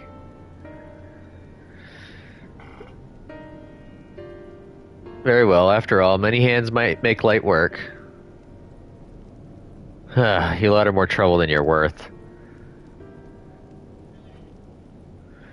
Once we are outside, you will follow my instructions to the letter. We depart shortly. He's got my haircut.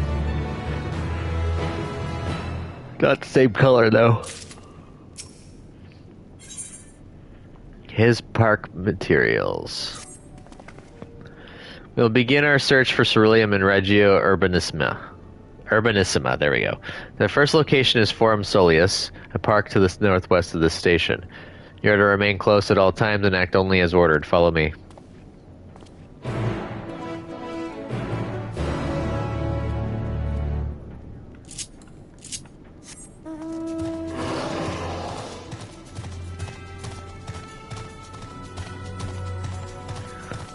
A little over halfway to 87. Oh, I will take it. Though, if there was a dungeon, I would most definitely get super close to 87. So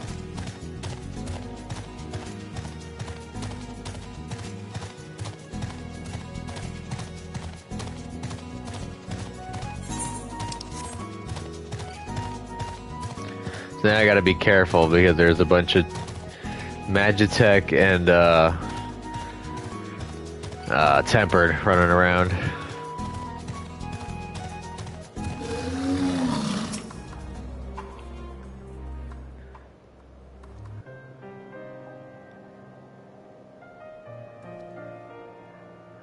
So this is the park. I'm surprised they found space for one amongst all these buildings. Actually, the recreational areas came first. The houses were later built around them. A healthy society requires communal spaces for children to play and adults to socialize. This park was named after the founding father of the empire, the great Solus Zos Galvus.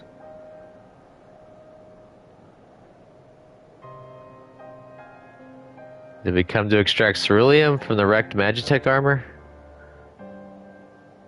No, we've already drained it dry. Same goes for the rest of the Machina in the vicinity. But as our ceruleum has been stolen, we must scour the city for every last drop.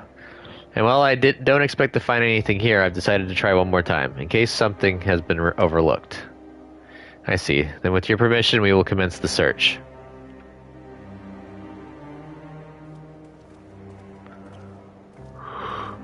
Alrighty, let's get a look at...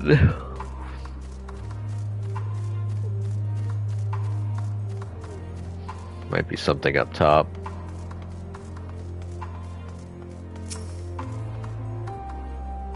Oh, there's something on that side and on the bottom too.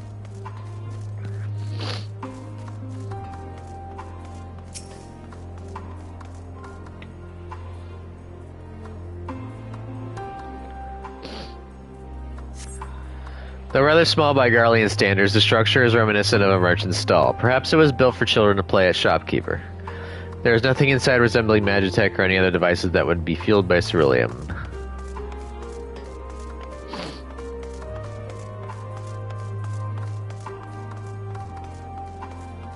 This music kind of reminds me of, ooh, Aether Current. Kind of reminds me of Final Fantasy IV a little bit. Capital is a wreck. And we're really close to the Tower of Babel.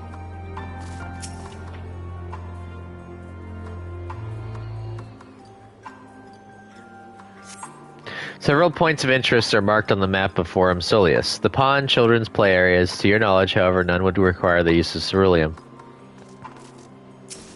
Maybe the pond? Because it would have, like, maybe a water fountain on it. I would look for a water feature. I'm pretty sure a water feature would have ceruleum power to it.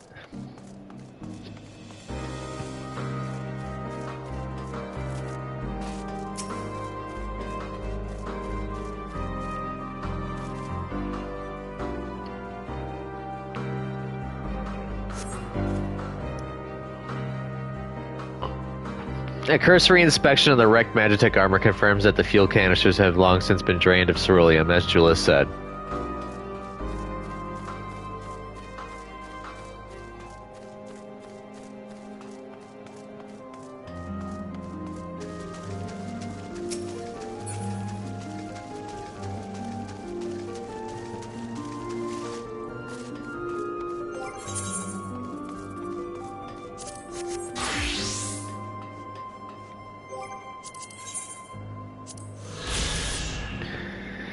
Forum Soleus.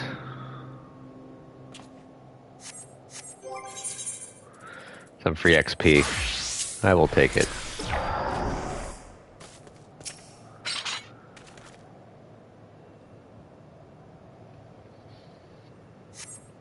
The contraption is built in the style of Imperial War Machina armed with a battery of weapons and capable of transforming into different configurations. But on closer inspection, it appears to be no more than a children's slide.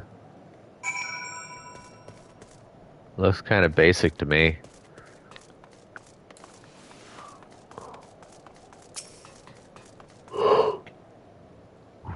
Yeah.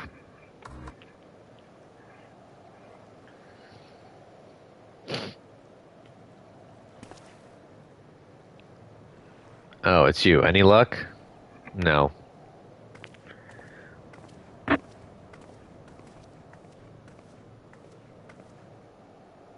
There's no sign of any ceruleum. Hardly surprising, but disappointing nonetheless. I couldn't help noticing you gazing at the pond. Is something the matter? What? Yes. I mean, no, It's just, I used to bring my brother and sister here to play. My eye. Itchy. The pond was heated to stop it from freezing over, so like all the other children, they just had to wade in and splash about. Would have stayed there if I didn't drag them out. We'd be sopping wet when all was said and done, every time. And every time when we'd get home, Mother would scold us, saying we'd catch our death walking around like that. The pond was heated. With a cerulean-powered heater, by chance. I suppose it must have been. Come to think of it, I remember seeing engineers changing out a tank beneath the hatch. But that was a long time ago when the water still flowed clear and wasn't this brackish muck. Can't see a thing, and I can't remember where the hatch might be. With the machinery most likely broken, the amount of filth in there is probably the only reason it hasn't frozen over. I'd wager it's still unbearably cold, though. Julius, what are your thoughts on magic? The average Garlean would jump out of their skin if they saw it, but the first has a few foreign signiferi and Medici, maybe? So it doesn't scare me. Then I take it you won't mind if I employ a little now. Alphino, as you have a knack for finding dry wood, why don't you bring me some? Once that's done, a blast of verifier should do the trick. Leave it to me. You're not planning to go in there, are you? Of course I am. That tank isn't going to fetch itself. It's nothing so involved as extracting unprocessed ceruleum from a frozen lake like how the tappers did it. We're talking about a shallow pond in a park. We have a way of warming ourselves up after. But that's insane. So, fancy a dip? Sure. A little friendly competition might make things interesting. The last thing we need is you catching a cold. Step aside while I drink the pond dry. That way we'll find it in no time. We'll do a little competition. Last one to find a ceruleum tank is a rotten egg, though I dare say we'll both smell like rotten eggs when this is over.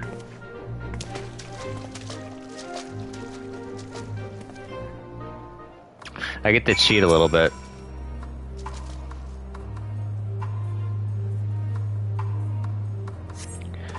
You delve into the murky water but come up empty-handed. To add injury to insult, the icy wind on your damp clothing chills you to the bone.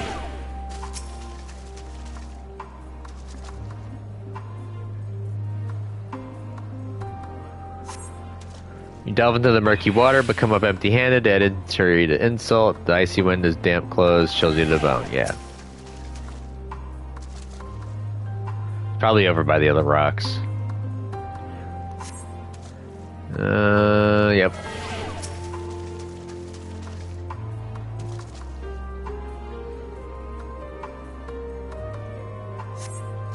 Beneath the water, your fingers catch on what you think might be a handle.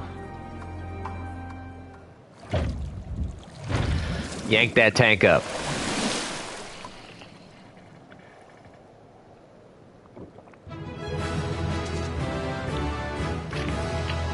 I'm holding an empty hand. You open the hatch and retrieve a ceruleum tank.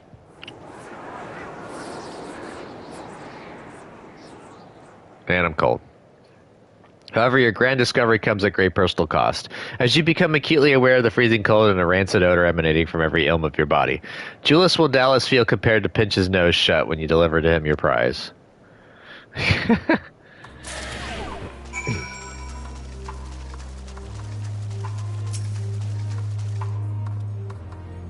Did you find anything? I hope you did.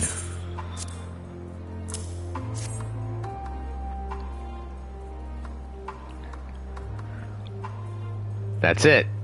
And there's still some ceruleum left. Ah, the fire's still not ready. Hold on, I'll give Alphino a hand.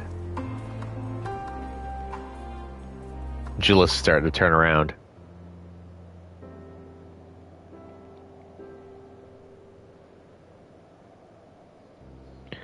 Call me an old Don because by fire I am reborn, and my clothes are mostly dry now, too. I appreciate you recovering the ceruleum, but I wish you'd taken the time to discuss the plan with me beforehand. Despite the way you've been treated in Lord Quintus's eyes, you're still an envoy as deserving of protection. If you were to die on my watch, he would be most displeased. Your concern is duly noted, but all's well that ends well. Julius, you mentioned coming here with your younger siblings. Did you grow up in Garlemald? I did, not far from here. My father was an accomplished researcher in his youth, and for his contributions to the Empire, awarded an estate. We lived well, better than many. What was Garlemald like in those days? Everything. It was everything you could imagine, and so much more. Even during the coldest winters, we always found warmth and comfort at home. Coming in from the snow, taking off your coat, and sitting down for a hot meal with family. Visiting friends and relatives, receiving that same welcome, knowing they had everything they needed. Walking down the street, seeing the lights in all the houses, hearing the faint sounds of laughter and song, of happiness. And although the summers came and went all too quickly, in that brief respite, the ice would melt and the forgotten grass make its triumphant return. Gray clouds gave way to blue skies. Some mornings we'd climb to the top of the tallest building we could find and watch the sunrise. Never again. Those rooftops are rubble, those friends dead, and those memories, but if I could reclaim even a fraction of what we once had. Soon our chance will come. We just need to hold on a little longer.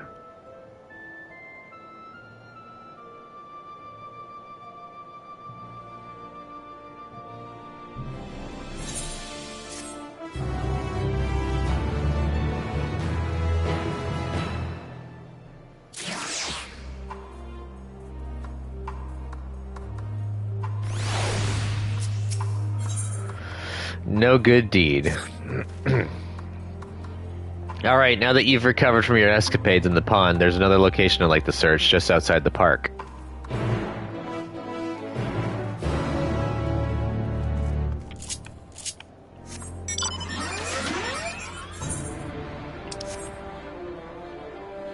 I see a bunch of Magitech enemies.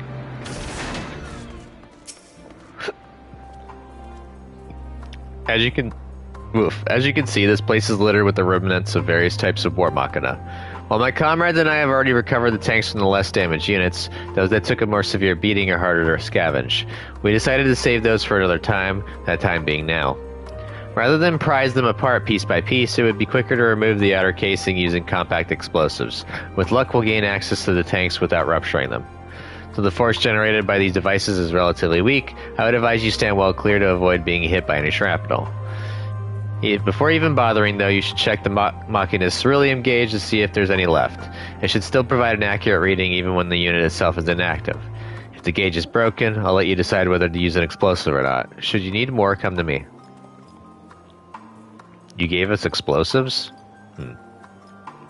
Understood, let's get to work.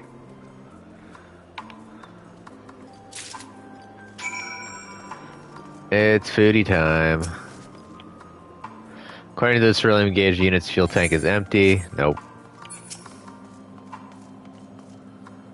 Ceruleum gauge on this unit appears to have been broken, giving you no way to determine how much fuel the tank may hold.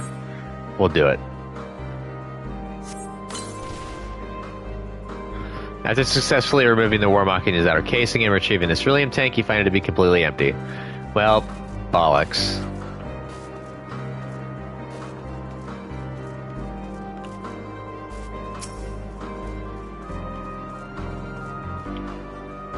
The ceruleum gauge on this unit appears to have been broken, giving you no way to determine how much fuel the tank may hold. Let's try it. After successfully... Oh, it's empty again? You suck! They only give me 2. So I gotta go back to them.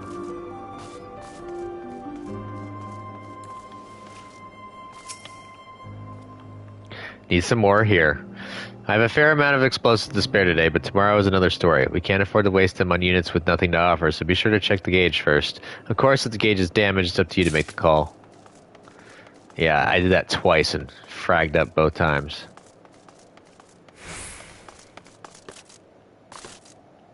Oh, can I not hop into there? I hear... Uh-oh. I'm being attacked by a Colossus. Eat my crits!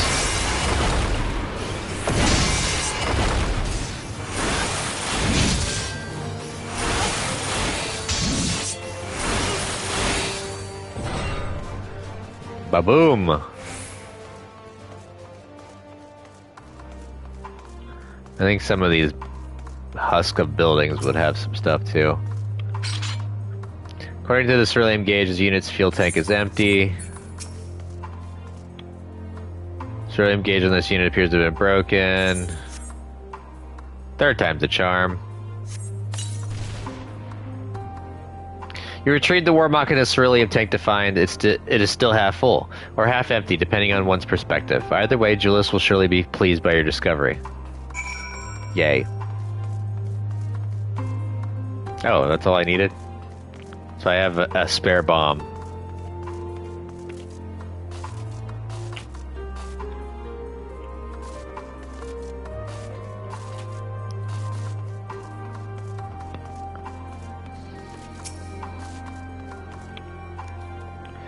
More explosives. Wait, is that what I think it is?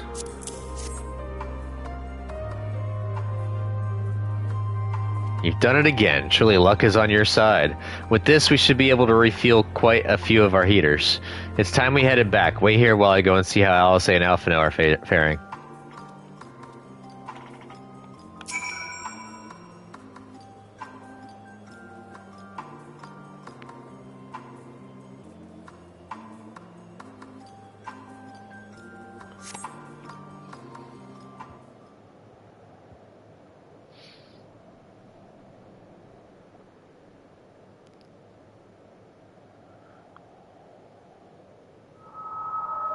Finally escaped the watchful gaze of your keepers, have we?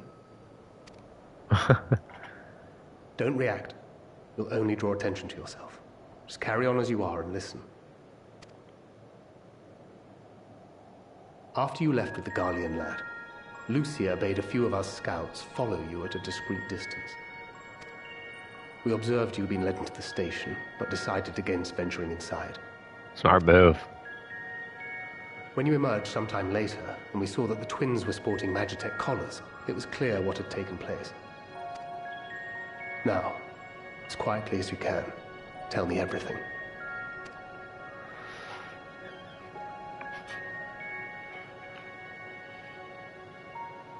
The Legatus himself, eh?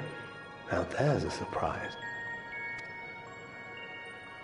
This is also the first I've heard of a plan to join forces with the 10th and storm the Tower of Babel. An interesting development, and perhaps the opportunity we've been waiting for. Our comrades back at the camp also received some rather promising news, but it's still too early to get our hopes up. For now, keeping yourselves out of harm's way comes before all else. Whatever demands the Garleans make, indulge them. With luck, this will all be over soon. Until then.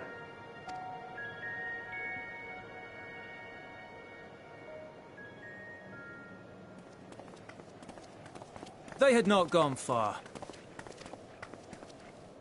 We searched high and low, but no luck, I'm afraid. I might have guessed you'd be the only one to find anything. I wasn't expecting much to begin with. Eventually, there will be nothing left out here for us to safely salvage. For now, this will have to suffice. We should return to the station. This will probably be the last mission before I have to call it. Bollocks. Ah, there you are. Heard you'd gone hunting for ceruleum above ground. Brought back a king's ransom? Hardly. But thanks to these three, we have enough to last a little while longer. Well, well. It's not at all as I was expecting, these ones. For savages, they seem positively docile.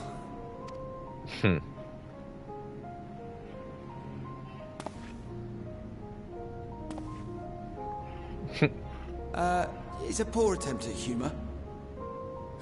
In all honesty, I'm grateful for your efforts. But even with another night of warmth, there are those among us who may not live to see the morrow.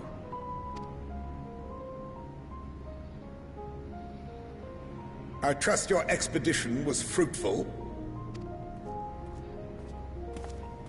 Lord Quintus!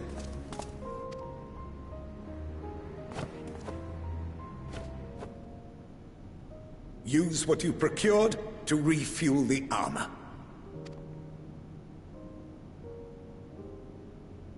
But, sir, what about the heaters for the camp?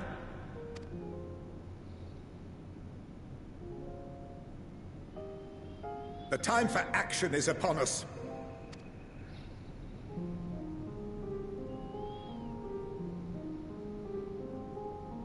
My men and I have matters to discuss.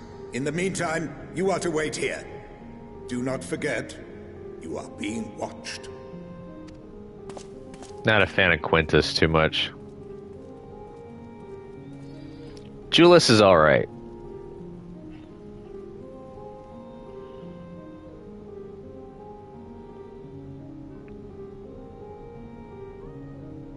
The time for action. What did he mean by that? I can only speculate. Clearly something requiring their magitech, given what we just heard. Whether they plan to utilize it now, or after they join with the 10th, is another question.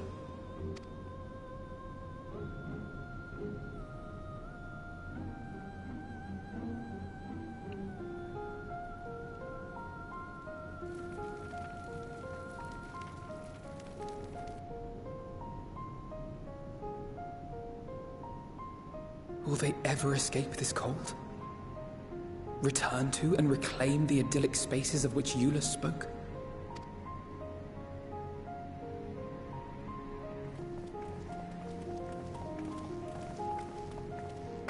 Finished your war, Council?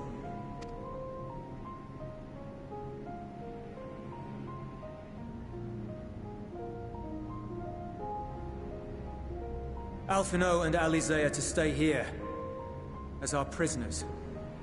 They will be released once your comrades have relinquished their supplies and withdrawn from Garlean soil. Until our terms are met, they will be detained at a separate location.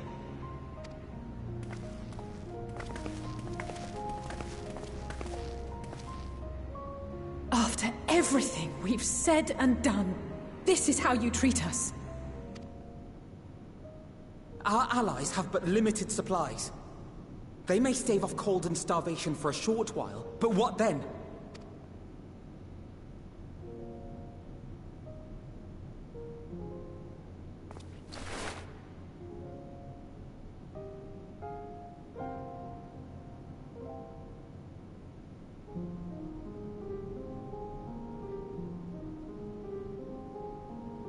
For now, keeping yourselves out of harm's way comes before all else.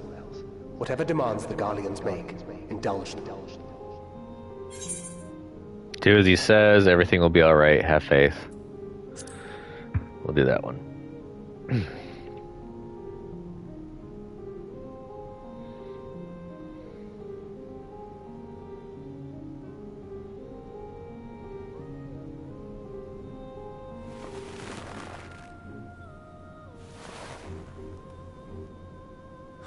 Get them out of here.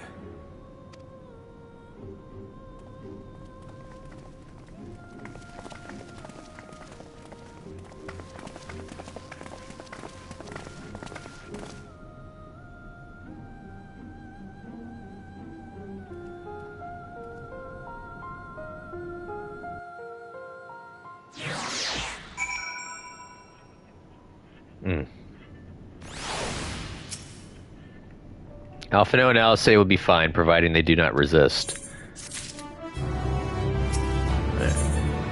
Since I can't teleport to Tertium, I'm going to pick this one up. Alia lacta est.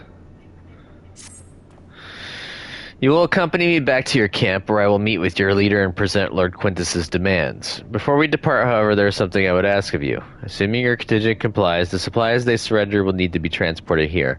That task falls to Legionaris Marcellinus and Octavia, who will pilot Magitech armor to your headquarters. You are to inform them that we are leaving shortly. Tell them to ask the ill for further details. In those words. Once you have seen to that, meet me by the exit. Interesting.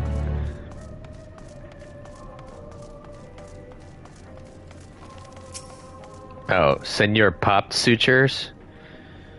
You again. Ask the ill, he said. So, that's to be the way of it. After all this...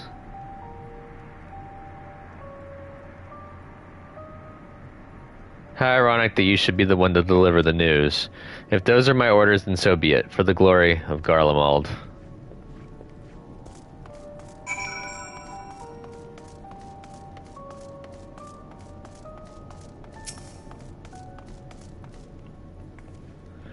What do you want with me? Ask the eel. So Lord Quintus has reached a decision. I knew he would understand, that he would recognize the savage as a ruthless, merciless creature, and to defeat him we too must be uncompromising.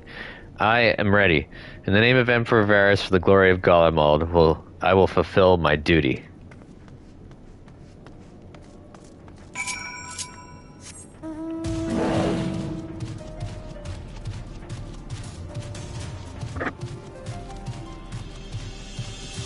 Alright, I'll double check, but I'm pretty sure I still can't use this yet.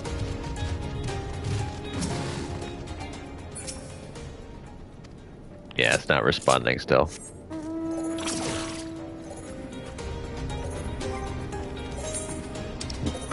Oops, excuse me.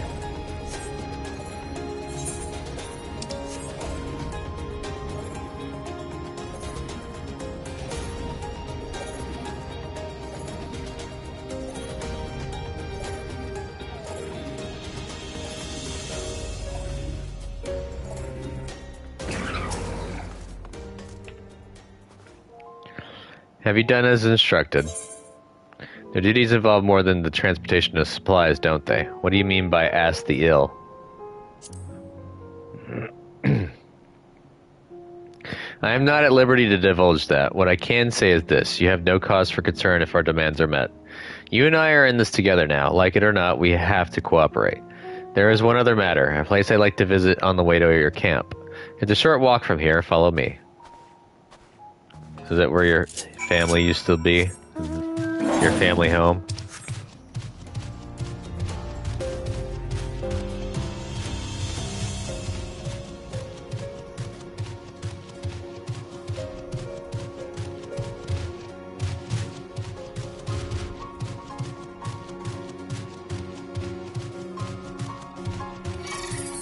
Crap baskets. I did not want to pull anything.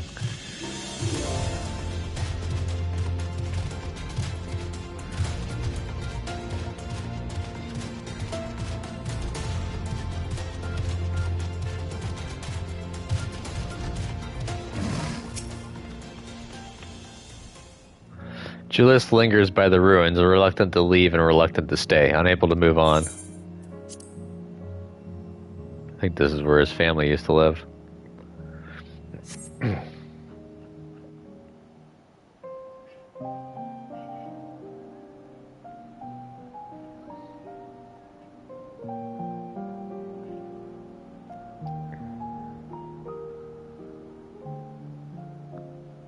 This is my home.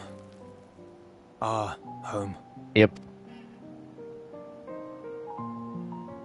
At least it was, until that night.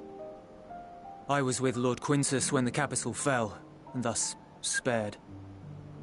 My family, who did not own a radio, were less fortunate.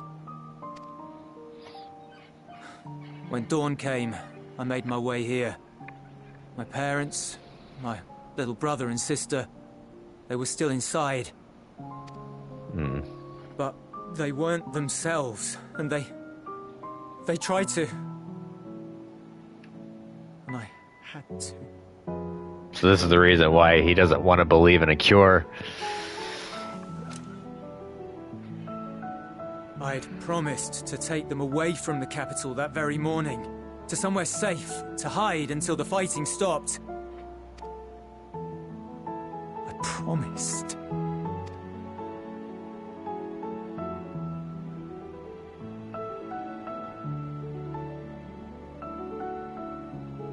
The Garlean flag bears a chain, the bonds between our countrymen. A red link at its center, the blood of the fallen. Our loved ones who lived and died for Garlemald. Oh. But if she too fell, who would be left to remember them and their sacrifice? What enduring proof would there be that they were ever here? If we had turned to your gods, would they have saved us?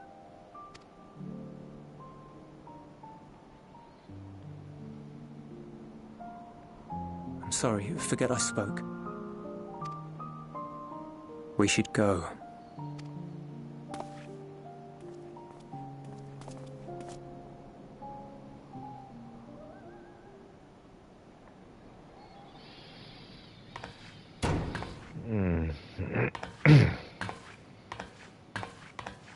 It's no use. Believe me, I do not enjoy being here any more than you. But he wanted us to play along, so that is what we will do.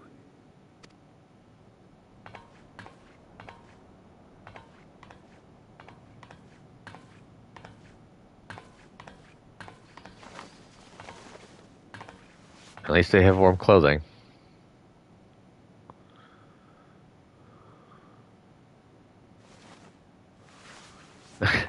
Huddle for warmth.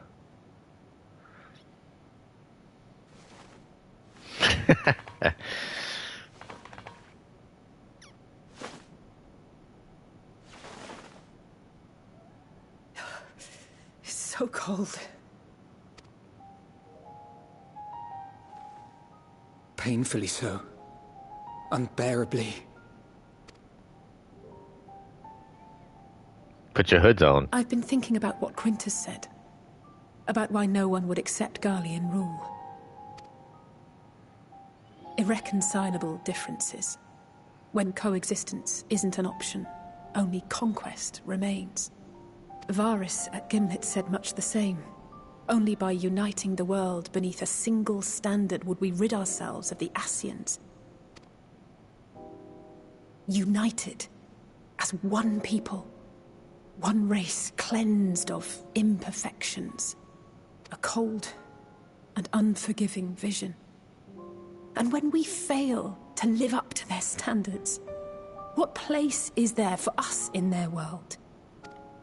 No place. But the truly sad, truly frustrating thing is how damnably similar it all is to the lofty ideals of Father and the Forum.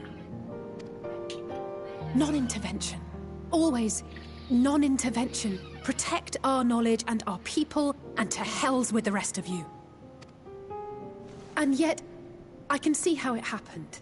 Varys and Father looked to their elders for guidance and took their virtues as their own. But for this world was of their making. In who else could they place their trust? All of us lost in a sea of chaos. Searching desperately for purpose and meaning. But it shouldn't just be an extension of another's. It has to be ours. It has to be. We all have a stake in this world. No one should be silenced. Steak. I won't deny that we lack the experience of people such as Father or Quintus. Perhaps they've come to see the world as a series of problems, and the most efficient way of solving them, to reduce everything to fundamental forms. A stone is a stone, a cloud, a flower, no more than that. Simple descriptions that strip the subject of distinguishing characteristics. A man is a man, divided according to race, creed, or allegiance, and to some, defined by such associations. Is that what you think? In my misbegotten youth. But what I believed wisdom was no more than aggressive ignorance. I've since learned to look beyond the banners and the politics, to see people as individuals with their own hopes and dreams. As for my dream of building a better world, well, every day I'm reminded that it is far more complex than I had ever imagined. But it only spurs me onward, to find the wisdom and the strength to see it through to the very end.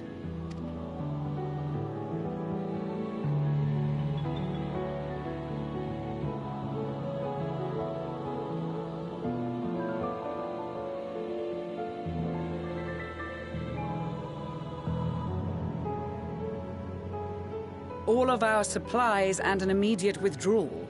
These are your conditions? Demands. And you forgot about the airship. Once again, you will leave one behind. It will be used to return the prisoners. Their collars will be removed prior to the exchange.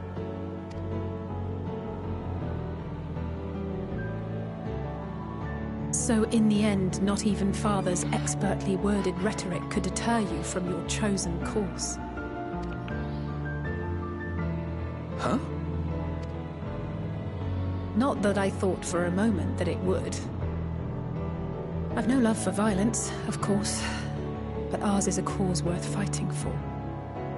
I just wish he'd realize it too. Sometimes the only way to protect the ones you love is to take a stand, to refuse to suffer in silence. I want you to know I share your conviction.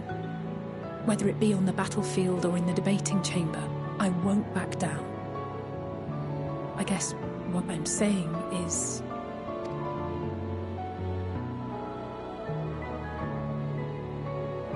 You've found your own reason to fight. Yes. Yes, I have. God's willing, there will come a day when we can finally lay down our arms, and there will be peace. But not until the Telophoroi have been defeated once and for all. And you, brother, will have a vital part to play. By your words and deeds, you'll lead the way. I pray I am up to the task. There'll always be naysayers. Those who think us fools for even trying. It's easy for learned elites to criticize earnest efforts and assert their moral superiority, all without offering alternatives. Not that their sophistry has ever wounded you. So stubborn and strong. Stronger than you even know. Don't ever change, you hear me? If you stumble, I'll be there to catch you. Or give you a thick ear. Maybe both, for good measure.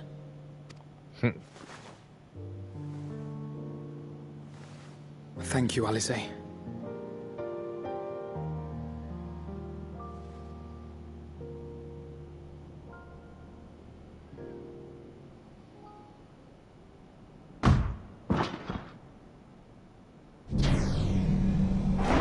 Oh. Yeah. It's Justinian.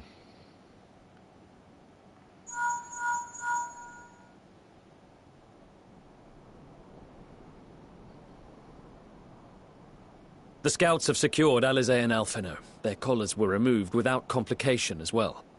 They report no casualties, not for their party nor the guards, who will wake from their premature slumber in due course.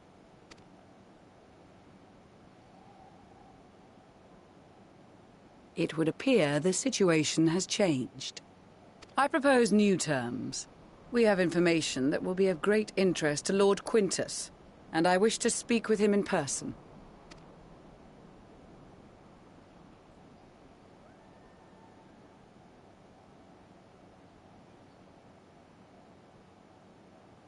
No. In the event you rejected our first proposal, we came prepared with a second. Suicide run.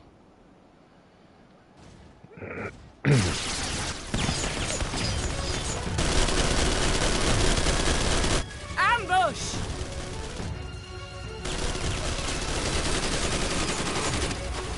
More are coming! Make ready! We, the loyal soldiers of the First Legion, proud servants of Garlemald, of the fallen Emperor Varys, shall safeguard these lands from the barbarian hordes until our countrymen return! He gets hit by a stray bullet and he's done. Stop! Both of you!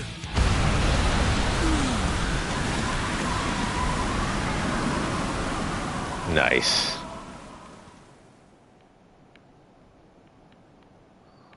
This child may be the worst emissary I have ever seen.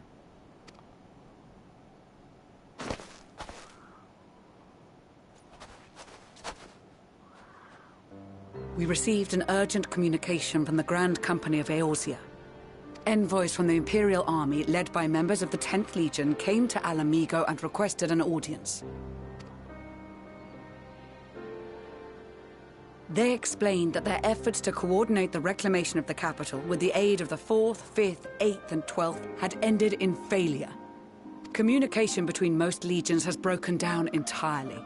Most of the 10th's conscripts have deserted, leaving their forces severely depleted. That is why, unable to continue the fight on their own, they and their allies turned to the Grand Company of Eorzea for aid. Lies! Every word! It is the truth, and I have not finished. The 10th has requested that we deliver a message to Lord Quintus. Have the ill stand down.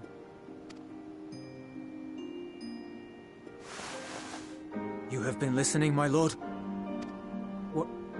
What are your orders?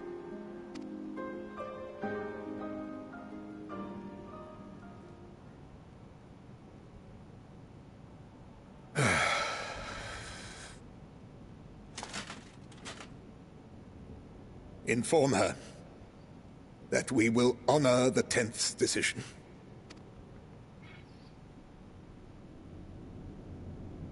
Bereft of hope, and now dignity.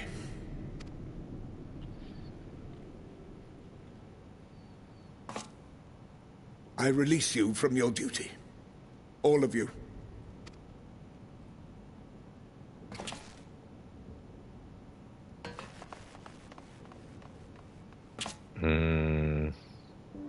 I take solace, your radiance, in the knowledge you are not here to witness our debasement. 'Twas a grand, glorious dream we shared. Of a world united, of peace and prosperity.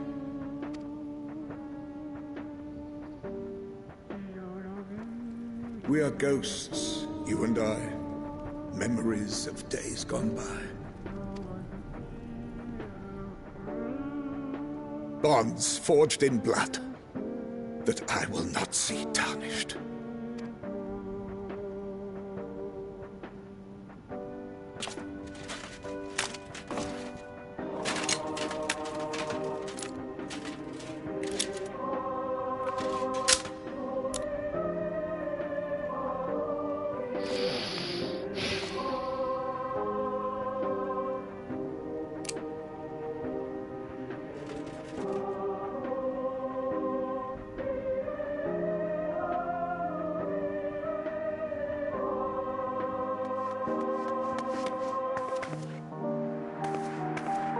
Quickly! We have to reach the station before it's too late. If there is still a chance that Quintus will agree to a truce, we must take it. I just hope we get there before he and his men do something rash.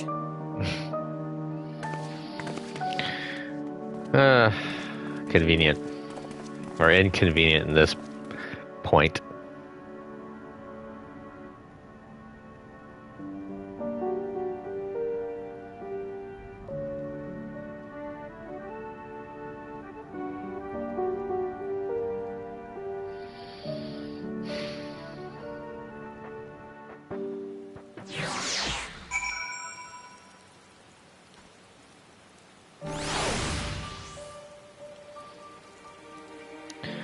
Alright, I'm going to go ahead and leave this here. Thank you all for watching. This has been part 145 of my live stream playthrough for Final Fantasy XIV. If you liked it, give me a thumbs up by hitting that like button. Subscribe to my channel if you're not already subscribed to keep up with the content. Comment down below. Tell me what you think about the game and my gameplay. The no spoilers, please. And I will see you in the next video. Sorry to leave you on such a sad note, but I have to end it here. Catch you then for the next video. Later.